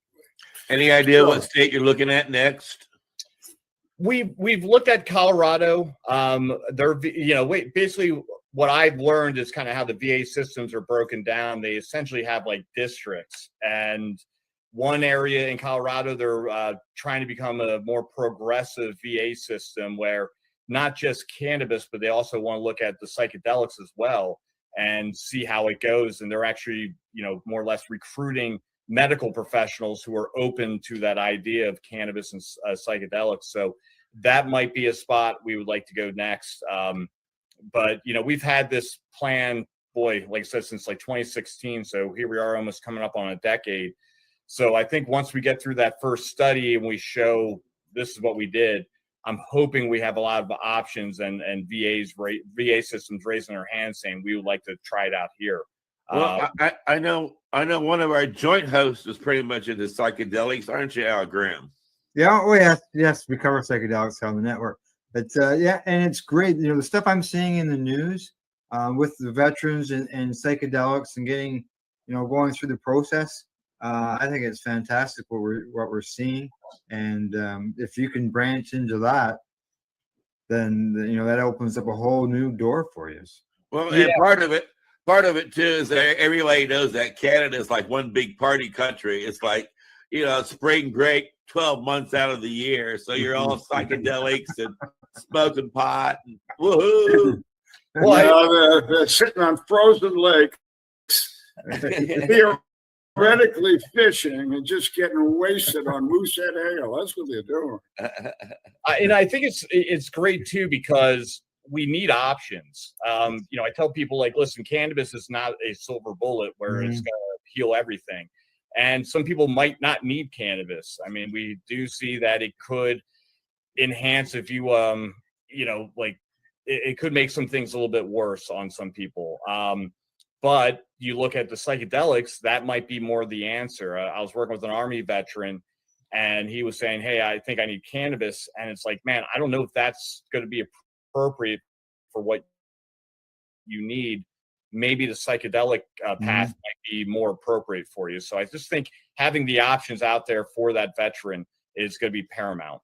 You started this interview talking about your friend that went to an ayahuasca retreat or ceremony in order to help him out. So the benefits are there, and doesn't seem to me to be the stigma around the psychedelics as it does around the cannabis end of things. Whether it's just because it's not smoking or what, I'm not sure, but I think you're going to see the psychedelic end of things accelerate.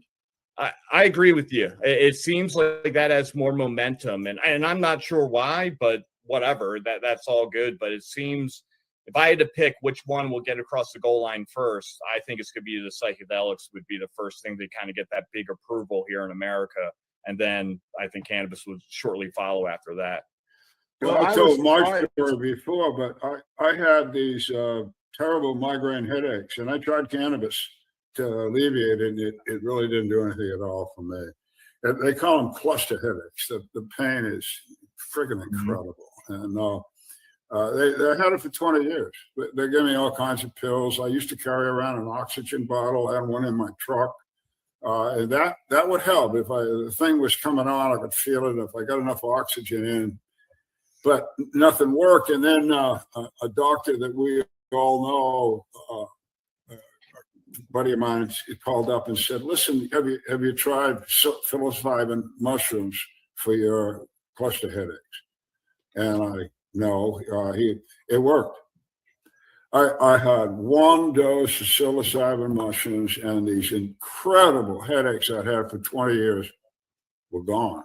And that was 20 some years ago. So I'm a believer. If it can help anybody anywhere, especially a veteran, the VA, as Al says, there is a move in the VA to push this forward. Thank goodness. I don't know with you, Brian. I don't know why, but I don't care. That's what they want. I'm into it. Yeah, exactly. Like, Al, you're proof of it working with Dan. Yeah, that's right. Yeah. But you said you did it 20 years ago, and you're still. Well, I'll back up my story. So the doctor that told me this, you guys know his name, Ethan Russo. Yeah. So Ethan calls me up. How the hell did it go? It's fine. It's great. It's fine. Wow. So he's in Missoula, Montana, and he says, "Listen, I got a buddy of mine, an MD, that's got the same problem. Can you send her some of the same mushrooms that you use?" Well, it's illegal, Ethan. So I did it. And she got them. And she called me, and I told her what I had done. Basically, take the psilocybin, not an overwhelming dose. Like it was my recollection, a couple of stems and a couple of buttons, just, this size, small size. Chew them up. Take them down as fast as you can with grapefruit juice. There seems to be something in the acid of the grapefruit juice. And then, so anyway, she tried it, didn't work. She tried it again, worked. Hasn't had a headache either. So it took her twice, took me once, but it's back up. And it wasn't just those mushrooms. It was like mushrooms, the key here. Well, speaking of key, I know money is key, and Brian, I think you've got a GoFundMe for people to reach out to as well, don't you? Yeah. I know it's going to come up here on the show. I was fortunate enough to meet up with a guy named Jason Baldwin, who was at a ceremony. I wasn't at this one. Well, I've never done one before, to be honest, but he linked up with a couple buddies that I have, and talking about this great movie that he put together called Tourniquet. And it's an amazing script. I think he got motivated after the, I say the quote unquote withdrawal of Afghanistan back in the late summer of 2021, which was a really rough time for a lot of veterans. And it's just, I think we really got an issue that us veterans know about, but I don't think society has really understood of how big of a problem we're having with the suicides in the veteran community. Well, listen, the movie, although we're making some fun here, and it is fun to do that to a Marine. The other thing is, this movie is a pretty serious subject. Not as serious subjects I've had to deal with in my lifetime, and it goes on. It goes on every day and every night, everywhere, and we got to stop it somehow. So one of the approaches, apparently, and I'm going to let Brian tell you about this, is he has an acquaintance, a friend, and they have a movie. And Brian Buckley, please explain to us where you are and where this is. And I think Al Graham, you can bring up something on there. Yeah, here we go. I'll do that. Yeah, go ahead, Brian. Go ahead. Yeah, no problem. So, friends of mine that I served with in the Marine Corps were doing a ayahuasca ceremony, and they met this great Army veteran named Jason Baldwin. And Jason has been in, the acting industry, if you will, for quite some time now. And, has done some things on CBS that shows SWAT and some other roles here and there. But I believe after what happened during in August of 2021, during that chaotic, quote unquote withdrawal of Afghanistan, really hit a lot of veterans very hard, especially the veterans of the global war on terrorism. Essentially we went into Afghanistan and, we leave 20 years later and it's probably in a worse place than it was when we got there. So he wrote this script for a movie called Tourniquet. And why I really wanted to get involved with this is the massive problem we're having with veteran suicide. If you actually looked at the military members we lost in the Korean War, the Vietnam War, Persian Gulf War, and the global war on terrorism, we've lost actually more people from 2001 to now from suicide than we did in all those wars combined. It's a very, very, very serious issue that people just are not discussing. And what I think this movie will do is really highlight the situations we're having and kind of make it more mainstream. And hopefully it will lead to helping to reduce this veteran suicide situation. Well, that's a pretty high number and a pretty odd fact. What on earth is driving that many human beings who have served their country and defended our freedoms to take their life? I wish we had the answer. I sit on a veteran advisory board for a member of the United States Congress named Madeleine Dean. And Madeleine, she's a Democrat. My political party is the United States of America. And I just think if your country asks you to serve, you serve. So I will help out Democrats, I'll help out Republicans and everyone in between. Mm-hmm. And we were having a conversation on one of our phone calls, probably back in the early spring. And, I'm not going to go down a political realm here, but we were talking about some of the things that was going on with the VA. And in terms of, do we have enough doctors and so on and so forth. And that can go any way you want to take it. And I was kind of quiet during it. And I was asked, what are you thinking about? And I'm like, well, the summer's coming, and that's when the suicides start to happen. It just seems like every summer, 3 or 4 times throughout it, I'm getting a phone call about this guy committed suicide, or, and I'm like, that's what's scaring me. And then sure enough, early June, I get a phone call from her. And when you get those phone calls, sometimes you just have that feeling like this isn't going to be good. And I just knew, I'm like, something's up here. And she's very upset. And she told me one of the members on her staff, who was an Army veteran, committed suicide the night before. And she's like, Brian, you called it. You said the summer's coming and this is going to happen. And she's like, and I just can't believe it happened to, one of my members of my staff. And she asked that, she's like, why is it the summertime? And I told her in particular with the GWAT veterans, that was what we would call the fighting season in Afghanistan. They would, wintertime, they're back down in Pakistan, the Taliban are.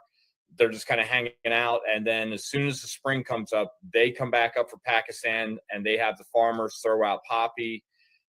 They grow that, and then they will cultivate it into essentially heroin. And it's what we would refer to as the fighting season. And I was like, I just think a lot of the demons kind of come back up at that time for people. Yeah, let me just interrupt you. I just want absolutely on. I was once a counselor for the Agent Orange program in the VA. Mm-hmm. What we call it in the veteran language, what Brian has just discussed, is anniversaries. That's really big on anniversaries. If they got shot or blown up or something on a particular day, boy, coming up on that day for the rest of their lives is horrible. And that triggers these types of suicide incidents that Brian is concentrating on. To answer Casper's question, go back to what I said about being a counselor. I was a counselor in 1990 and a few years on either side, right? So that's 15 years after the Vietnam War, where we had 58,000 and a few more killed, KIA, down. They're not coming home. By that time in 1990, Vietnam veterans had more had committed suicide than had died there. Yeah. 15 years later. So the numbers as we go forward with all these other different combat vets like Brian, it's so this movie. So the name Tourniquet. Hey, I mean, right there, it's like, what's that about? Yeah, it's I really liked how he presented it, because it's about a son. There's a father and a son. So the son served in Afghanistan, and his father served in the Vietnam War. And try not to give away too much of the movie, but different wars, but kind of same issues. And you'll see during it, one kind of gets reminded by the demons and starts going down a dark path, where the other starts to find redemption and starts to, build the courage to live and, not just kind of go down a path of destruction. And it's just anyone, Al, I can send you the script and you'll read it, and it will just blend right into like a personal story for you. It's a very personal, I think, to all veterans that we can all relate to. And it's really captivating, I think, for the audience. My wife read the first page of the script and was just totally sucked in by it. He does a really great job. And that's where, again, we just want to kind of present something that this is like your next door neighbor. This could be your cousin, your brother, your sister, a loved one. It happens to a lot of us. And I just think this is going to be a very powerful kind of, after you see this movie, you're going to sit there for 30 seconds and not say a word and you're just going to be thinking, what the heck did I just see? But, I think we got to start making the suicide discussion more mainstream. I think it was one of those things we just don't like to talk about, and we kind of hope it kind of goes away, and it's not. And I've really faced this hard in the Raider community, where we've lost a lot of guys to suicide. And we lost 3 guys last summer. And these are guys who were not like, they're sitting in a bar and just drinking their life away. I mean, these are guys, one guy got an MBA from Columbia University and was doing great. There were no big, like, traditional red flags. And I wanted to talk about that after this. But we decided that we're like, hey, listen, instead of just saying like, oh man, suicide's a bad thing, we got to really kind of get in people's face about it. And one thing we all started talking about was, you're giving the enemy a victory. That bullet, it might have just took that bullet 15 years to find you, but the enemy did essentially kill you. And, talking about the collateral damage, that fine, you hit the easy button, you killed yourself. But for the rest of the lives of your friends and family, they're going to be tormented by thinking, what could I have done? Could I have done more for them? And that's truly the horrible part of it.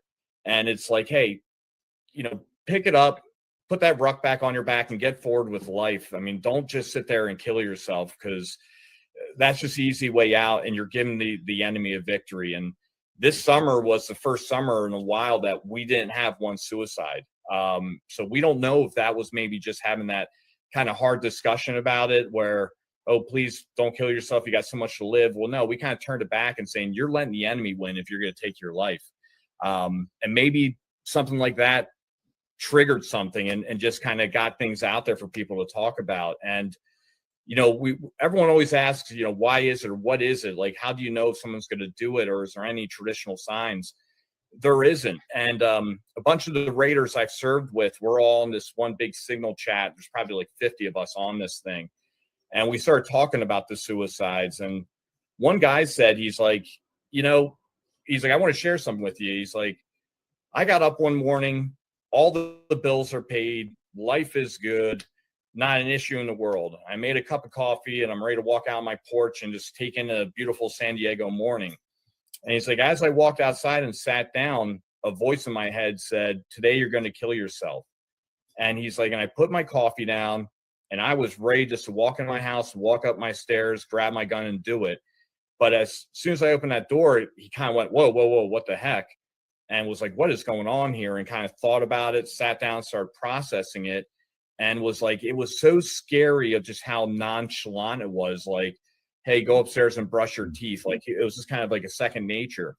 And when he shared that story with you, I'm not kidding, guys, 8 more guys rogered up at that point and said, I had the same experience. Just something one day just said, go do this. And I was about to do it. And for whatever reason, I stopped. So it's not like something like, oh, your buddy's going through a divorce or your buddy lost a job. They might be more prone to it. These demons can come up and bite you at any moment. And again, these are things that we got to get out there in the open and not make people feel so isolated or weird. Like we're all dealing with this. What separates the military experience with suicide from a civilian in the aspect? There's a lot of people who deal with the suicide issue, but they're also bipolar. And so there's a chemical imbalance or an understanding of that nature. They can deal with it by taking a bipolar medication. And, but is it that a military experience, something on the battlefield that all these military members have in common? Is it because they've been dealing with death on the battlefield, or is it still something even more? Let me answer your question before you finish it. There's 2 things going on in that question. The first thing is trauma is trauma. Whether that trauma occurs on a battlefield or because somebody is trapped in a burning house is immaterial. It's trauma, okay? It's where that trauma comes from. A serious car accident. And here's the deal with post-traumatic stress. It's not a disorder. The D is inappropriate. Post-traumatic stress is what it is. Post, after, what? After what? Traumatic stress. I mean, bam. All right, so here's the way you get post-traumatic stress. There's only 3 ways. And you can have all 3. And unfortunately, that's one of the answers to Casper's question. Because in the military, you experience all 3 ways to be traumatized. Traumatized, number 1, you kill somebody. You actually get to the point where you have to kill another human being. That is trauma. Mm-hmm. Second way to get it, that other human being tries to kill you and almost does. Puts 4 bullets in you and somehow you make it. That's trauma number 2. Third trauma is Brian is getting shot up and his buddy is standing next to him watching it happen. And at that moment cannot help Brian. Trauma number 3. So in combat, the soldier, the sailor, the airman experiences all 3, sometimes at the exact same moment. So their post-traumatic stress can be serious, but it's all serious. The other thing we found as counselors back in the day, and we dealt almost exclusively with Vietnam veterans, combat veterans of Vietnam, not guys that sat on ships, but guys that rode the boats in the river, and the Marines, we had Army, whatever. 60% of the men and women diagnosed with post-traumatic stress after Vietnam had post-traumatic stress before they even went in the military, which is, I've talked to some researchers at the University of Texas about a year ago about this, and they went, what? What did you just tell me? So what you got is you got some kid that was grown up and beat up by his dad for his whole friggin' life. He's already got post-traumatic stress. Or a girl that comes into the military and she's been raped or abused somehow, she's got post-traumatic stress. Then they put them in the military and shit. So there is a difference, but it isn't, they're not in treatment. And both the person that has this horrible car wreck and her brother dies next to her and all that, the cannabis will work for her and will work for the veteran. I don't mean to interrupt, but I think these are important little facts, historical life that I've led that people need to hear. Because if you think about that, when you're dealing with post-traumatic stress as a veteran, and you're talking to your veteran buddy, girl, boy, whoever that friend is, you got to find out, wait a minute, what happened to you? You know, before you got in the Marines, before you got in the Air Force, what the hell? You know, it's all important. And it's important to listen. And as Brian says, it's important to talk. You have to talk to each other. Veterans have to talk to each other. Civilians that have been traumatized, you need to talk to your husband, your brother, your father, your priest. Talk to somebody. It helps. It really does help. And it helps to avoid these anniversary problems. I'm sorry, Brian, but yeah, you know, Al, that was perfect. And I was about to say, I mean, that's what I think one of the big parts is that anniversary time. You know, especially I brought up earlier about the fighting season from May through October. You know, I'm sure, Al, you probably have the very similar experiences. I mean, you know, first thing I wake up and I think about is usually combat. And before I go to bed, the last thing I'll think about is usually combat. You know, I still have the dreams and everything. You know, war is it's exciting and terrible. And it definitely, you know, I think it envelops itself around your soul. It's always going to be a part of you. You know, even when I first got into Marine Corps, and I don't care what people say, when you see people with a bunch of medals and all this stuff, you're like, man, that looks so cool. And I want to be like that. And, you know, you get into these units, and trust me, I loved going to combat. I loved being in the infantry and reconnaissance and special operations. Like, I wanted to do that. There is no play a little violin for me, like what they do to you. No, I wanted that. But it comes at a cost. And you're just never going to be the same person again. And I think, you know, to Al's point, you got to talk about and have these conversations. For me, it's very therapeutic just to have conversations with people and talk about things I experience. I know other people, they don't like to, and that's fine. That's their journey. But it's definitely something that will always be with me. It's always going to be with every veteran. And you're going to have these demons that you're never going to beat. You just have to learn to live to fly above them. And it's literally one day at a time. So I think having these conversations and getting it out there that, hey, you're not some weirdo or you're isolated and you're the only one. There's hundreds of thousands of us who are dealing with the same issues that you're dealing with. And are you taking this to the VA right now, this issue? Yeah, you know, so to kind of circle back with Congresswoman Madeleine Dean, when we were having this conversation, I'm like, hey, are you ready to, you know, think differently? And that's one thing I really respect about her. You probably never heard of her. She's not out there trying to get the cool little sound bites and all that stuff. She's there to represent the people that voted her in. And, you know, to even give her credit after the Afghanistan debacle, you know, I had some long conversations with her, and she was the only Democrat going into the meetings in Congress. It was all Republicans and one Democrat, but she went in there after the conversations her and I had.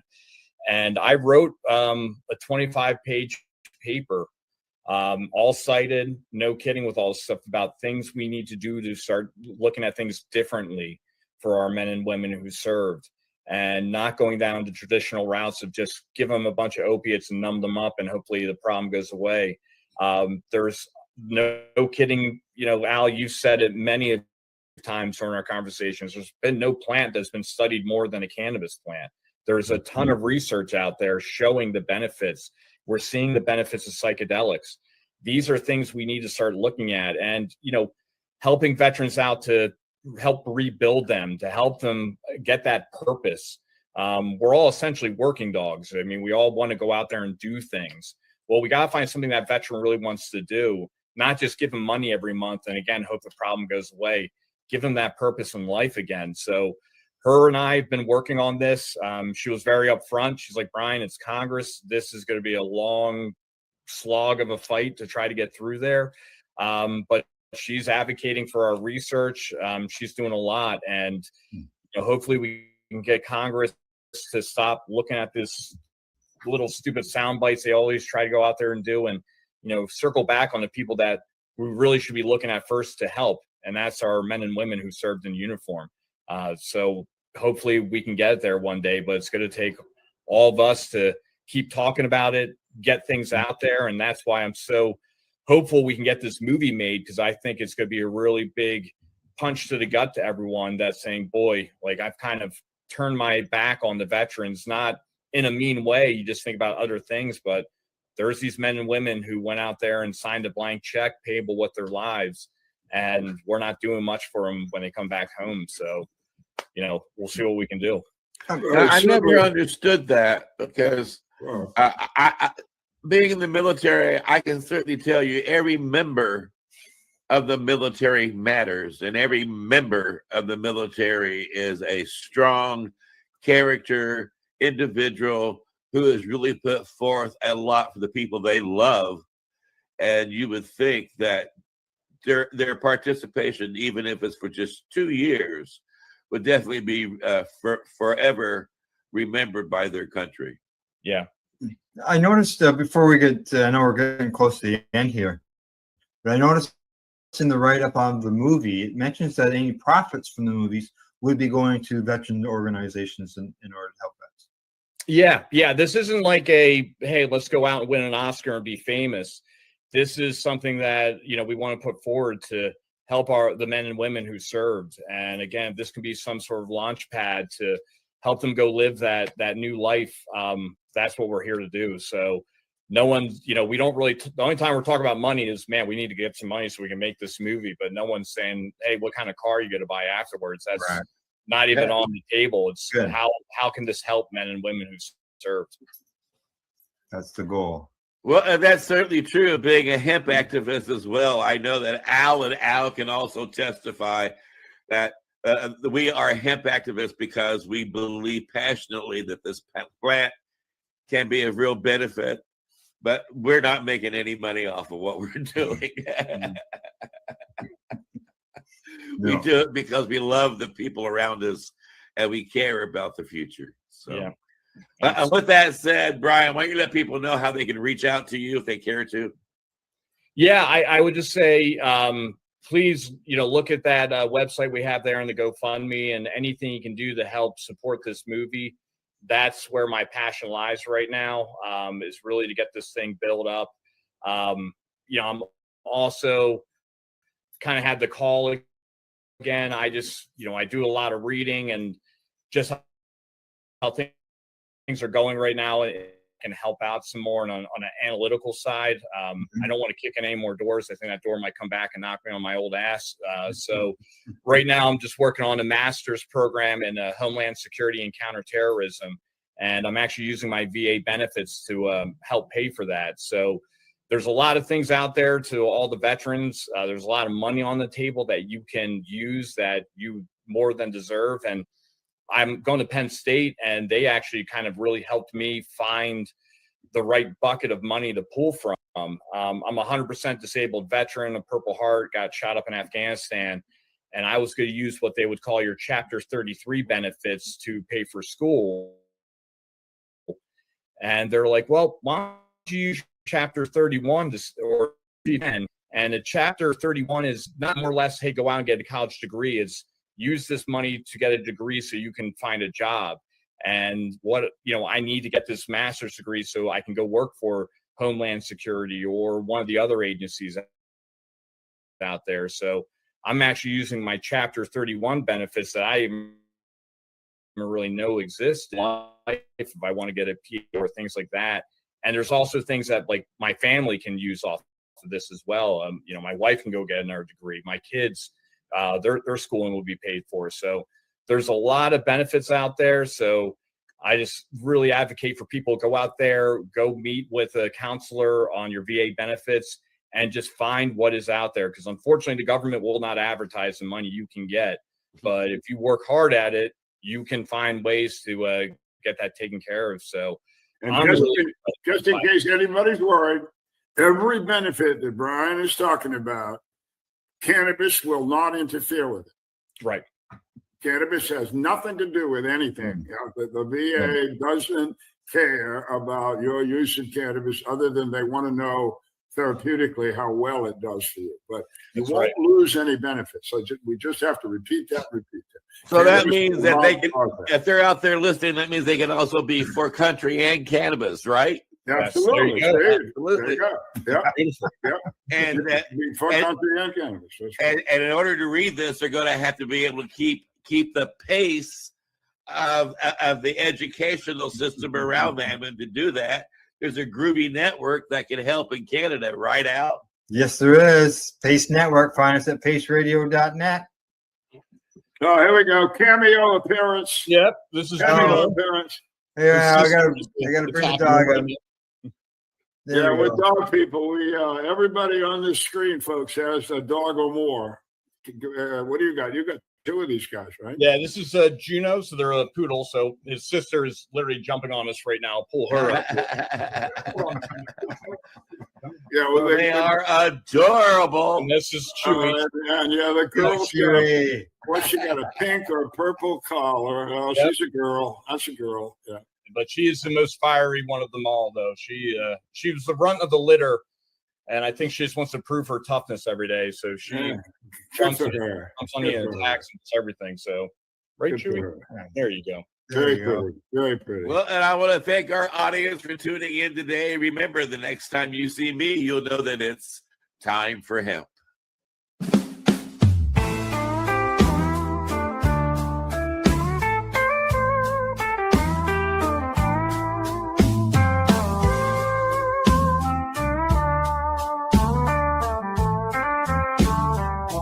Look at all that money.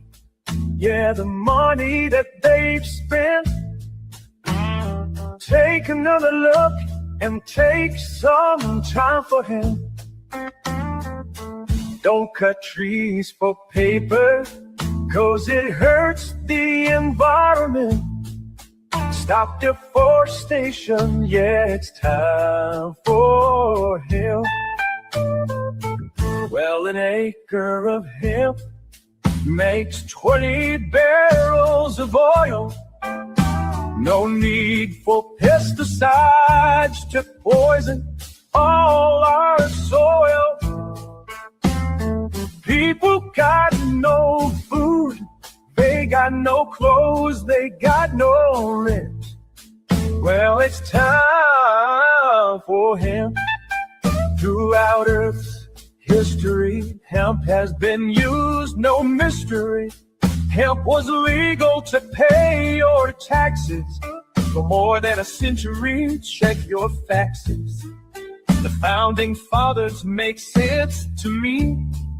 It's time to grow hemp legally. Think of all its uses. It's money that's well spent. Right now, no excuses. It's time for hemp. Sustainable green industry, that's our intent. A better place this world will be. It's time for hemp. Fuel and food and clothes and soap, housing, cars, yeah, cars, no joke. Henry Ford built a car of hemp. It's time for us to do it again. People be employed with balanced farming as it's meant. Right now, it's time for is a true necessity for the wealth and protection of this country. These are words of Jefferson Thomas. It grew hemp. Why not us? It's time to lift the hemp band. It's time to lift the hemp band. Yes, we can. I know we can. We can make a difference. Yes, we can. Yes, I know we can. We can work together and lift the hemp band. Look at all that money. Yeah, the money that they've spent. Take another look and take some time for you. Don't cut trees for paper, 'cause it hurts the environment. Stop deforestation. Yeah, it's time for hemp. Time for Hemp is a Pace Radio Network content provider. You're listening to the Pace Radio Network here at paceradio.net. The opinions of the individuals during this broadcast are their own and may not be the opinions of their group or other organizations they may be involved with. All medical advice during our broadcast is not a medical opinion and should be checked with your medical physician. Enjoy the buzz of legalization with Campbellford Lifestyle Shop. From lights to plant nutrients, books, consumption accessories, and more. We've got all your basics to grow or consume cannabis. Visit our info center or take a look at our piercing services and body jewelry, now available in-store through Campbellford Lifestyle Shop, 17 Bridge Street West, Campbellford. Limestone City Hydroponics is Kingston, Ontario's hydroponics shop. Take your growing to the next level and create the optimal environment with a tent kit, or maximize your yield with an ebb and flow flood table kit. Either way, Limestone City Hydroponics has more sizes and options to fit your needs. Are you looking for the power of the sun that adapts to your budget? Then look no further, as they have professional grow lighting. They have indoor grow systems that are easy and cost effective, with many options to fit your living space and lifestyle. Cultivate your growing potential. We have everything you need to succeed. And if you can't make it to the store, they offer local delivery to the greater Kingston area. Remember, when you're looking for experts to help you grow, then look no further than the locally owned Limestone City Hydroponics, 105 Sunderland Drive in Kingston, Ontario. Call them at 613-548-0420. We are people advocating cannabis education here at Pace Radio. You're watching the 420 Pace Re-Roll Saturday.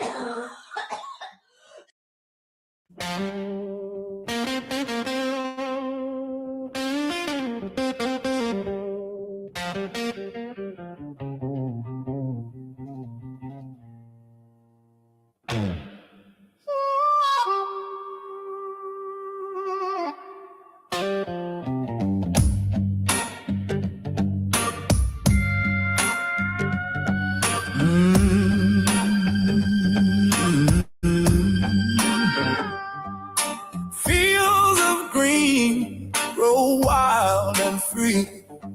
Whispers of hope in every tree. Gold in the fiber, strong and true. Hemp holds the magic we never knew.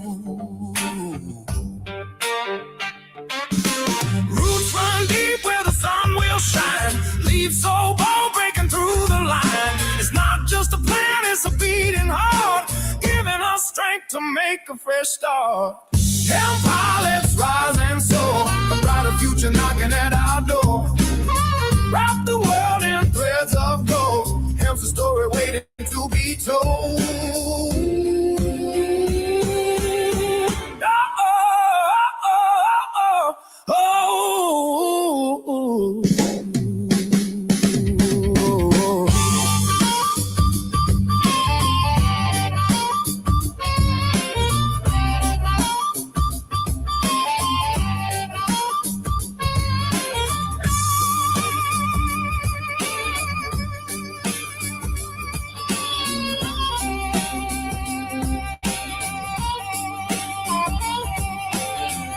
making dreams from its endless strands. Bricks and all shaped by human hands. It fuels our fire, gives power, heal. Feels so alive, it's a real deal.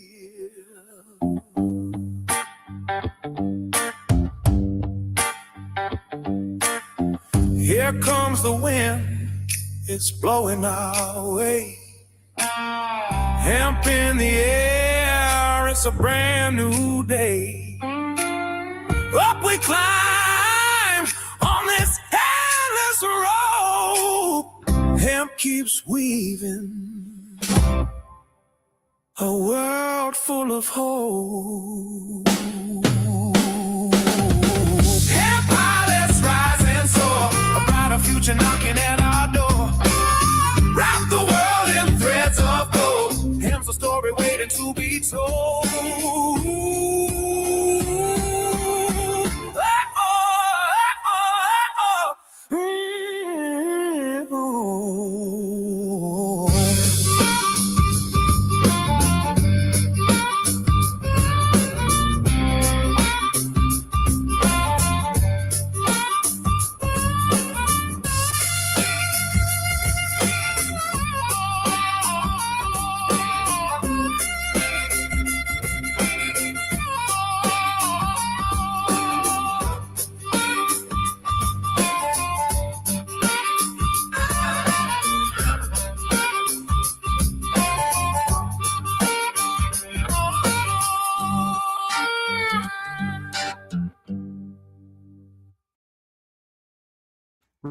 Rerolled Saturdays. Check it out.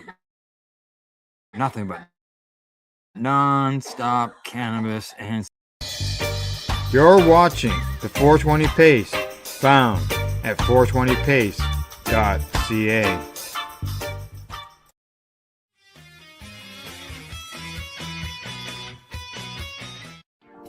You've been watching Rerolled Saturdays. Thank you to our guests, our hosts, and our viewers. Up next, Rerolled Saturday Nighttime Edition. It gets started at 4 p.m. See you then.